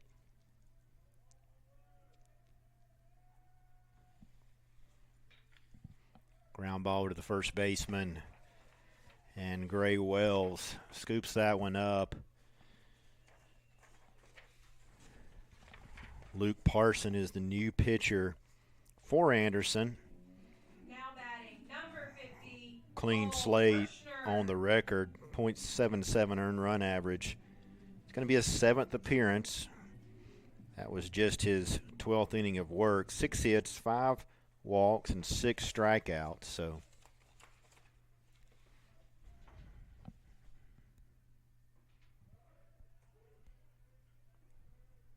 not an overpowering pitcher based on his stats thus far this spring, but has been successful in terms of keeping runs at bay and fly ball into right center field. And that one's going to be hauled in by the right fielder, Braden Harrison. Now the Warriors are down to their final at bat. Now batting, number 34, Bo Burge. Bo Burge going to stand in, the freshman from Chandler, Arizona.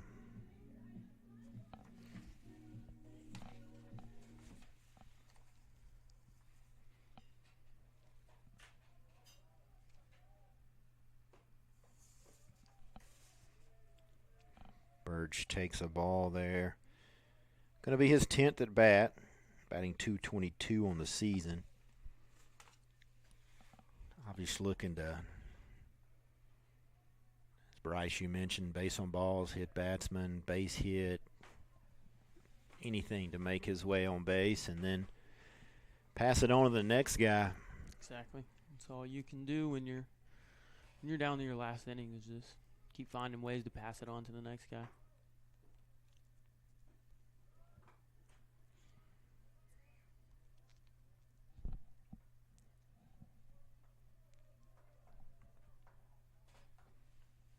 Anderson 9 runs off 14 hits. They've had 3 errors. Warriors 6 runs off 7 hits, and they've played clean baseball today with no errors.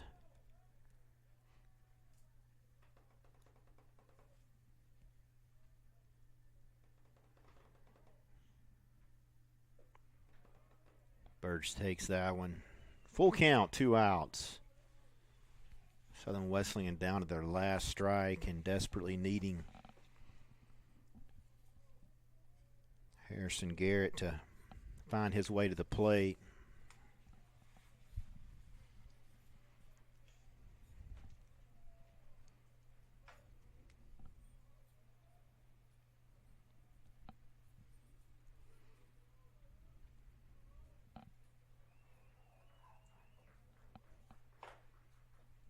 A swing and a miss, so Luke Parson comes in, picks up the save here for Anderson, and the Trojans take a 9-6 victory in this midweek non-conference game. Warriors will be back in action on Friday. North Greenville comes to town. First pitch, 4 o'clock. Bryce, it's been a pleasure. It's a pleasure, man. Great to dabble in this on this side of the press box. We will try it again another day. Until then, hope to see you here this weekend. Looking forward to some good baseball and some even better grilling. Have a good night.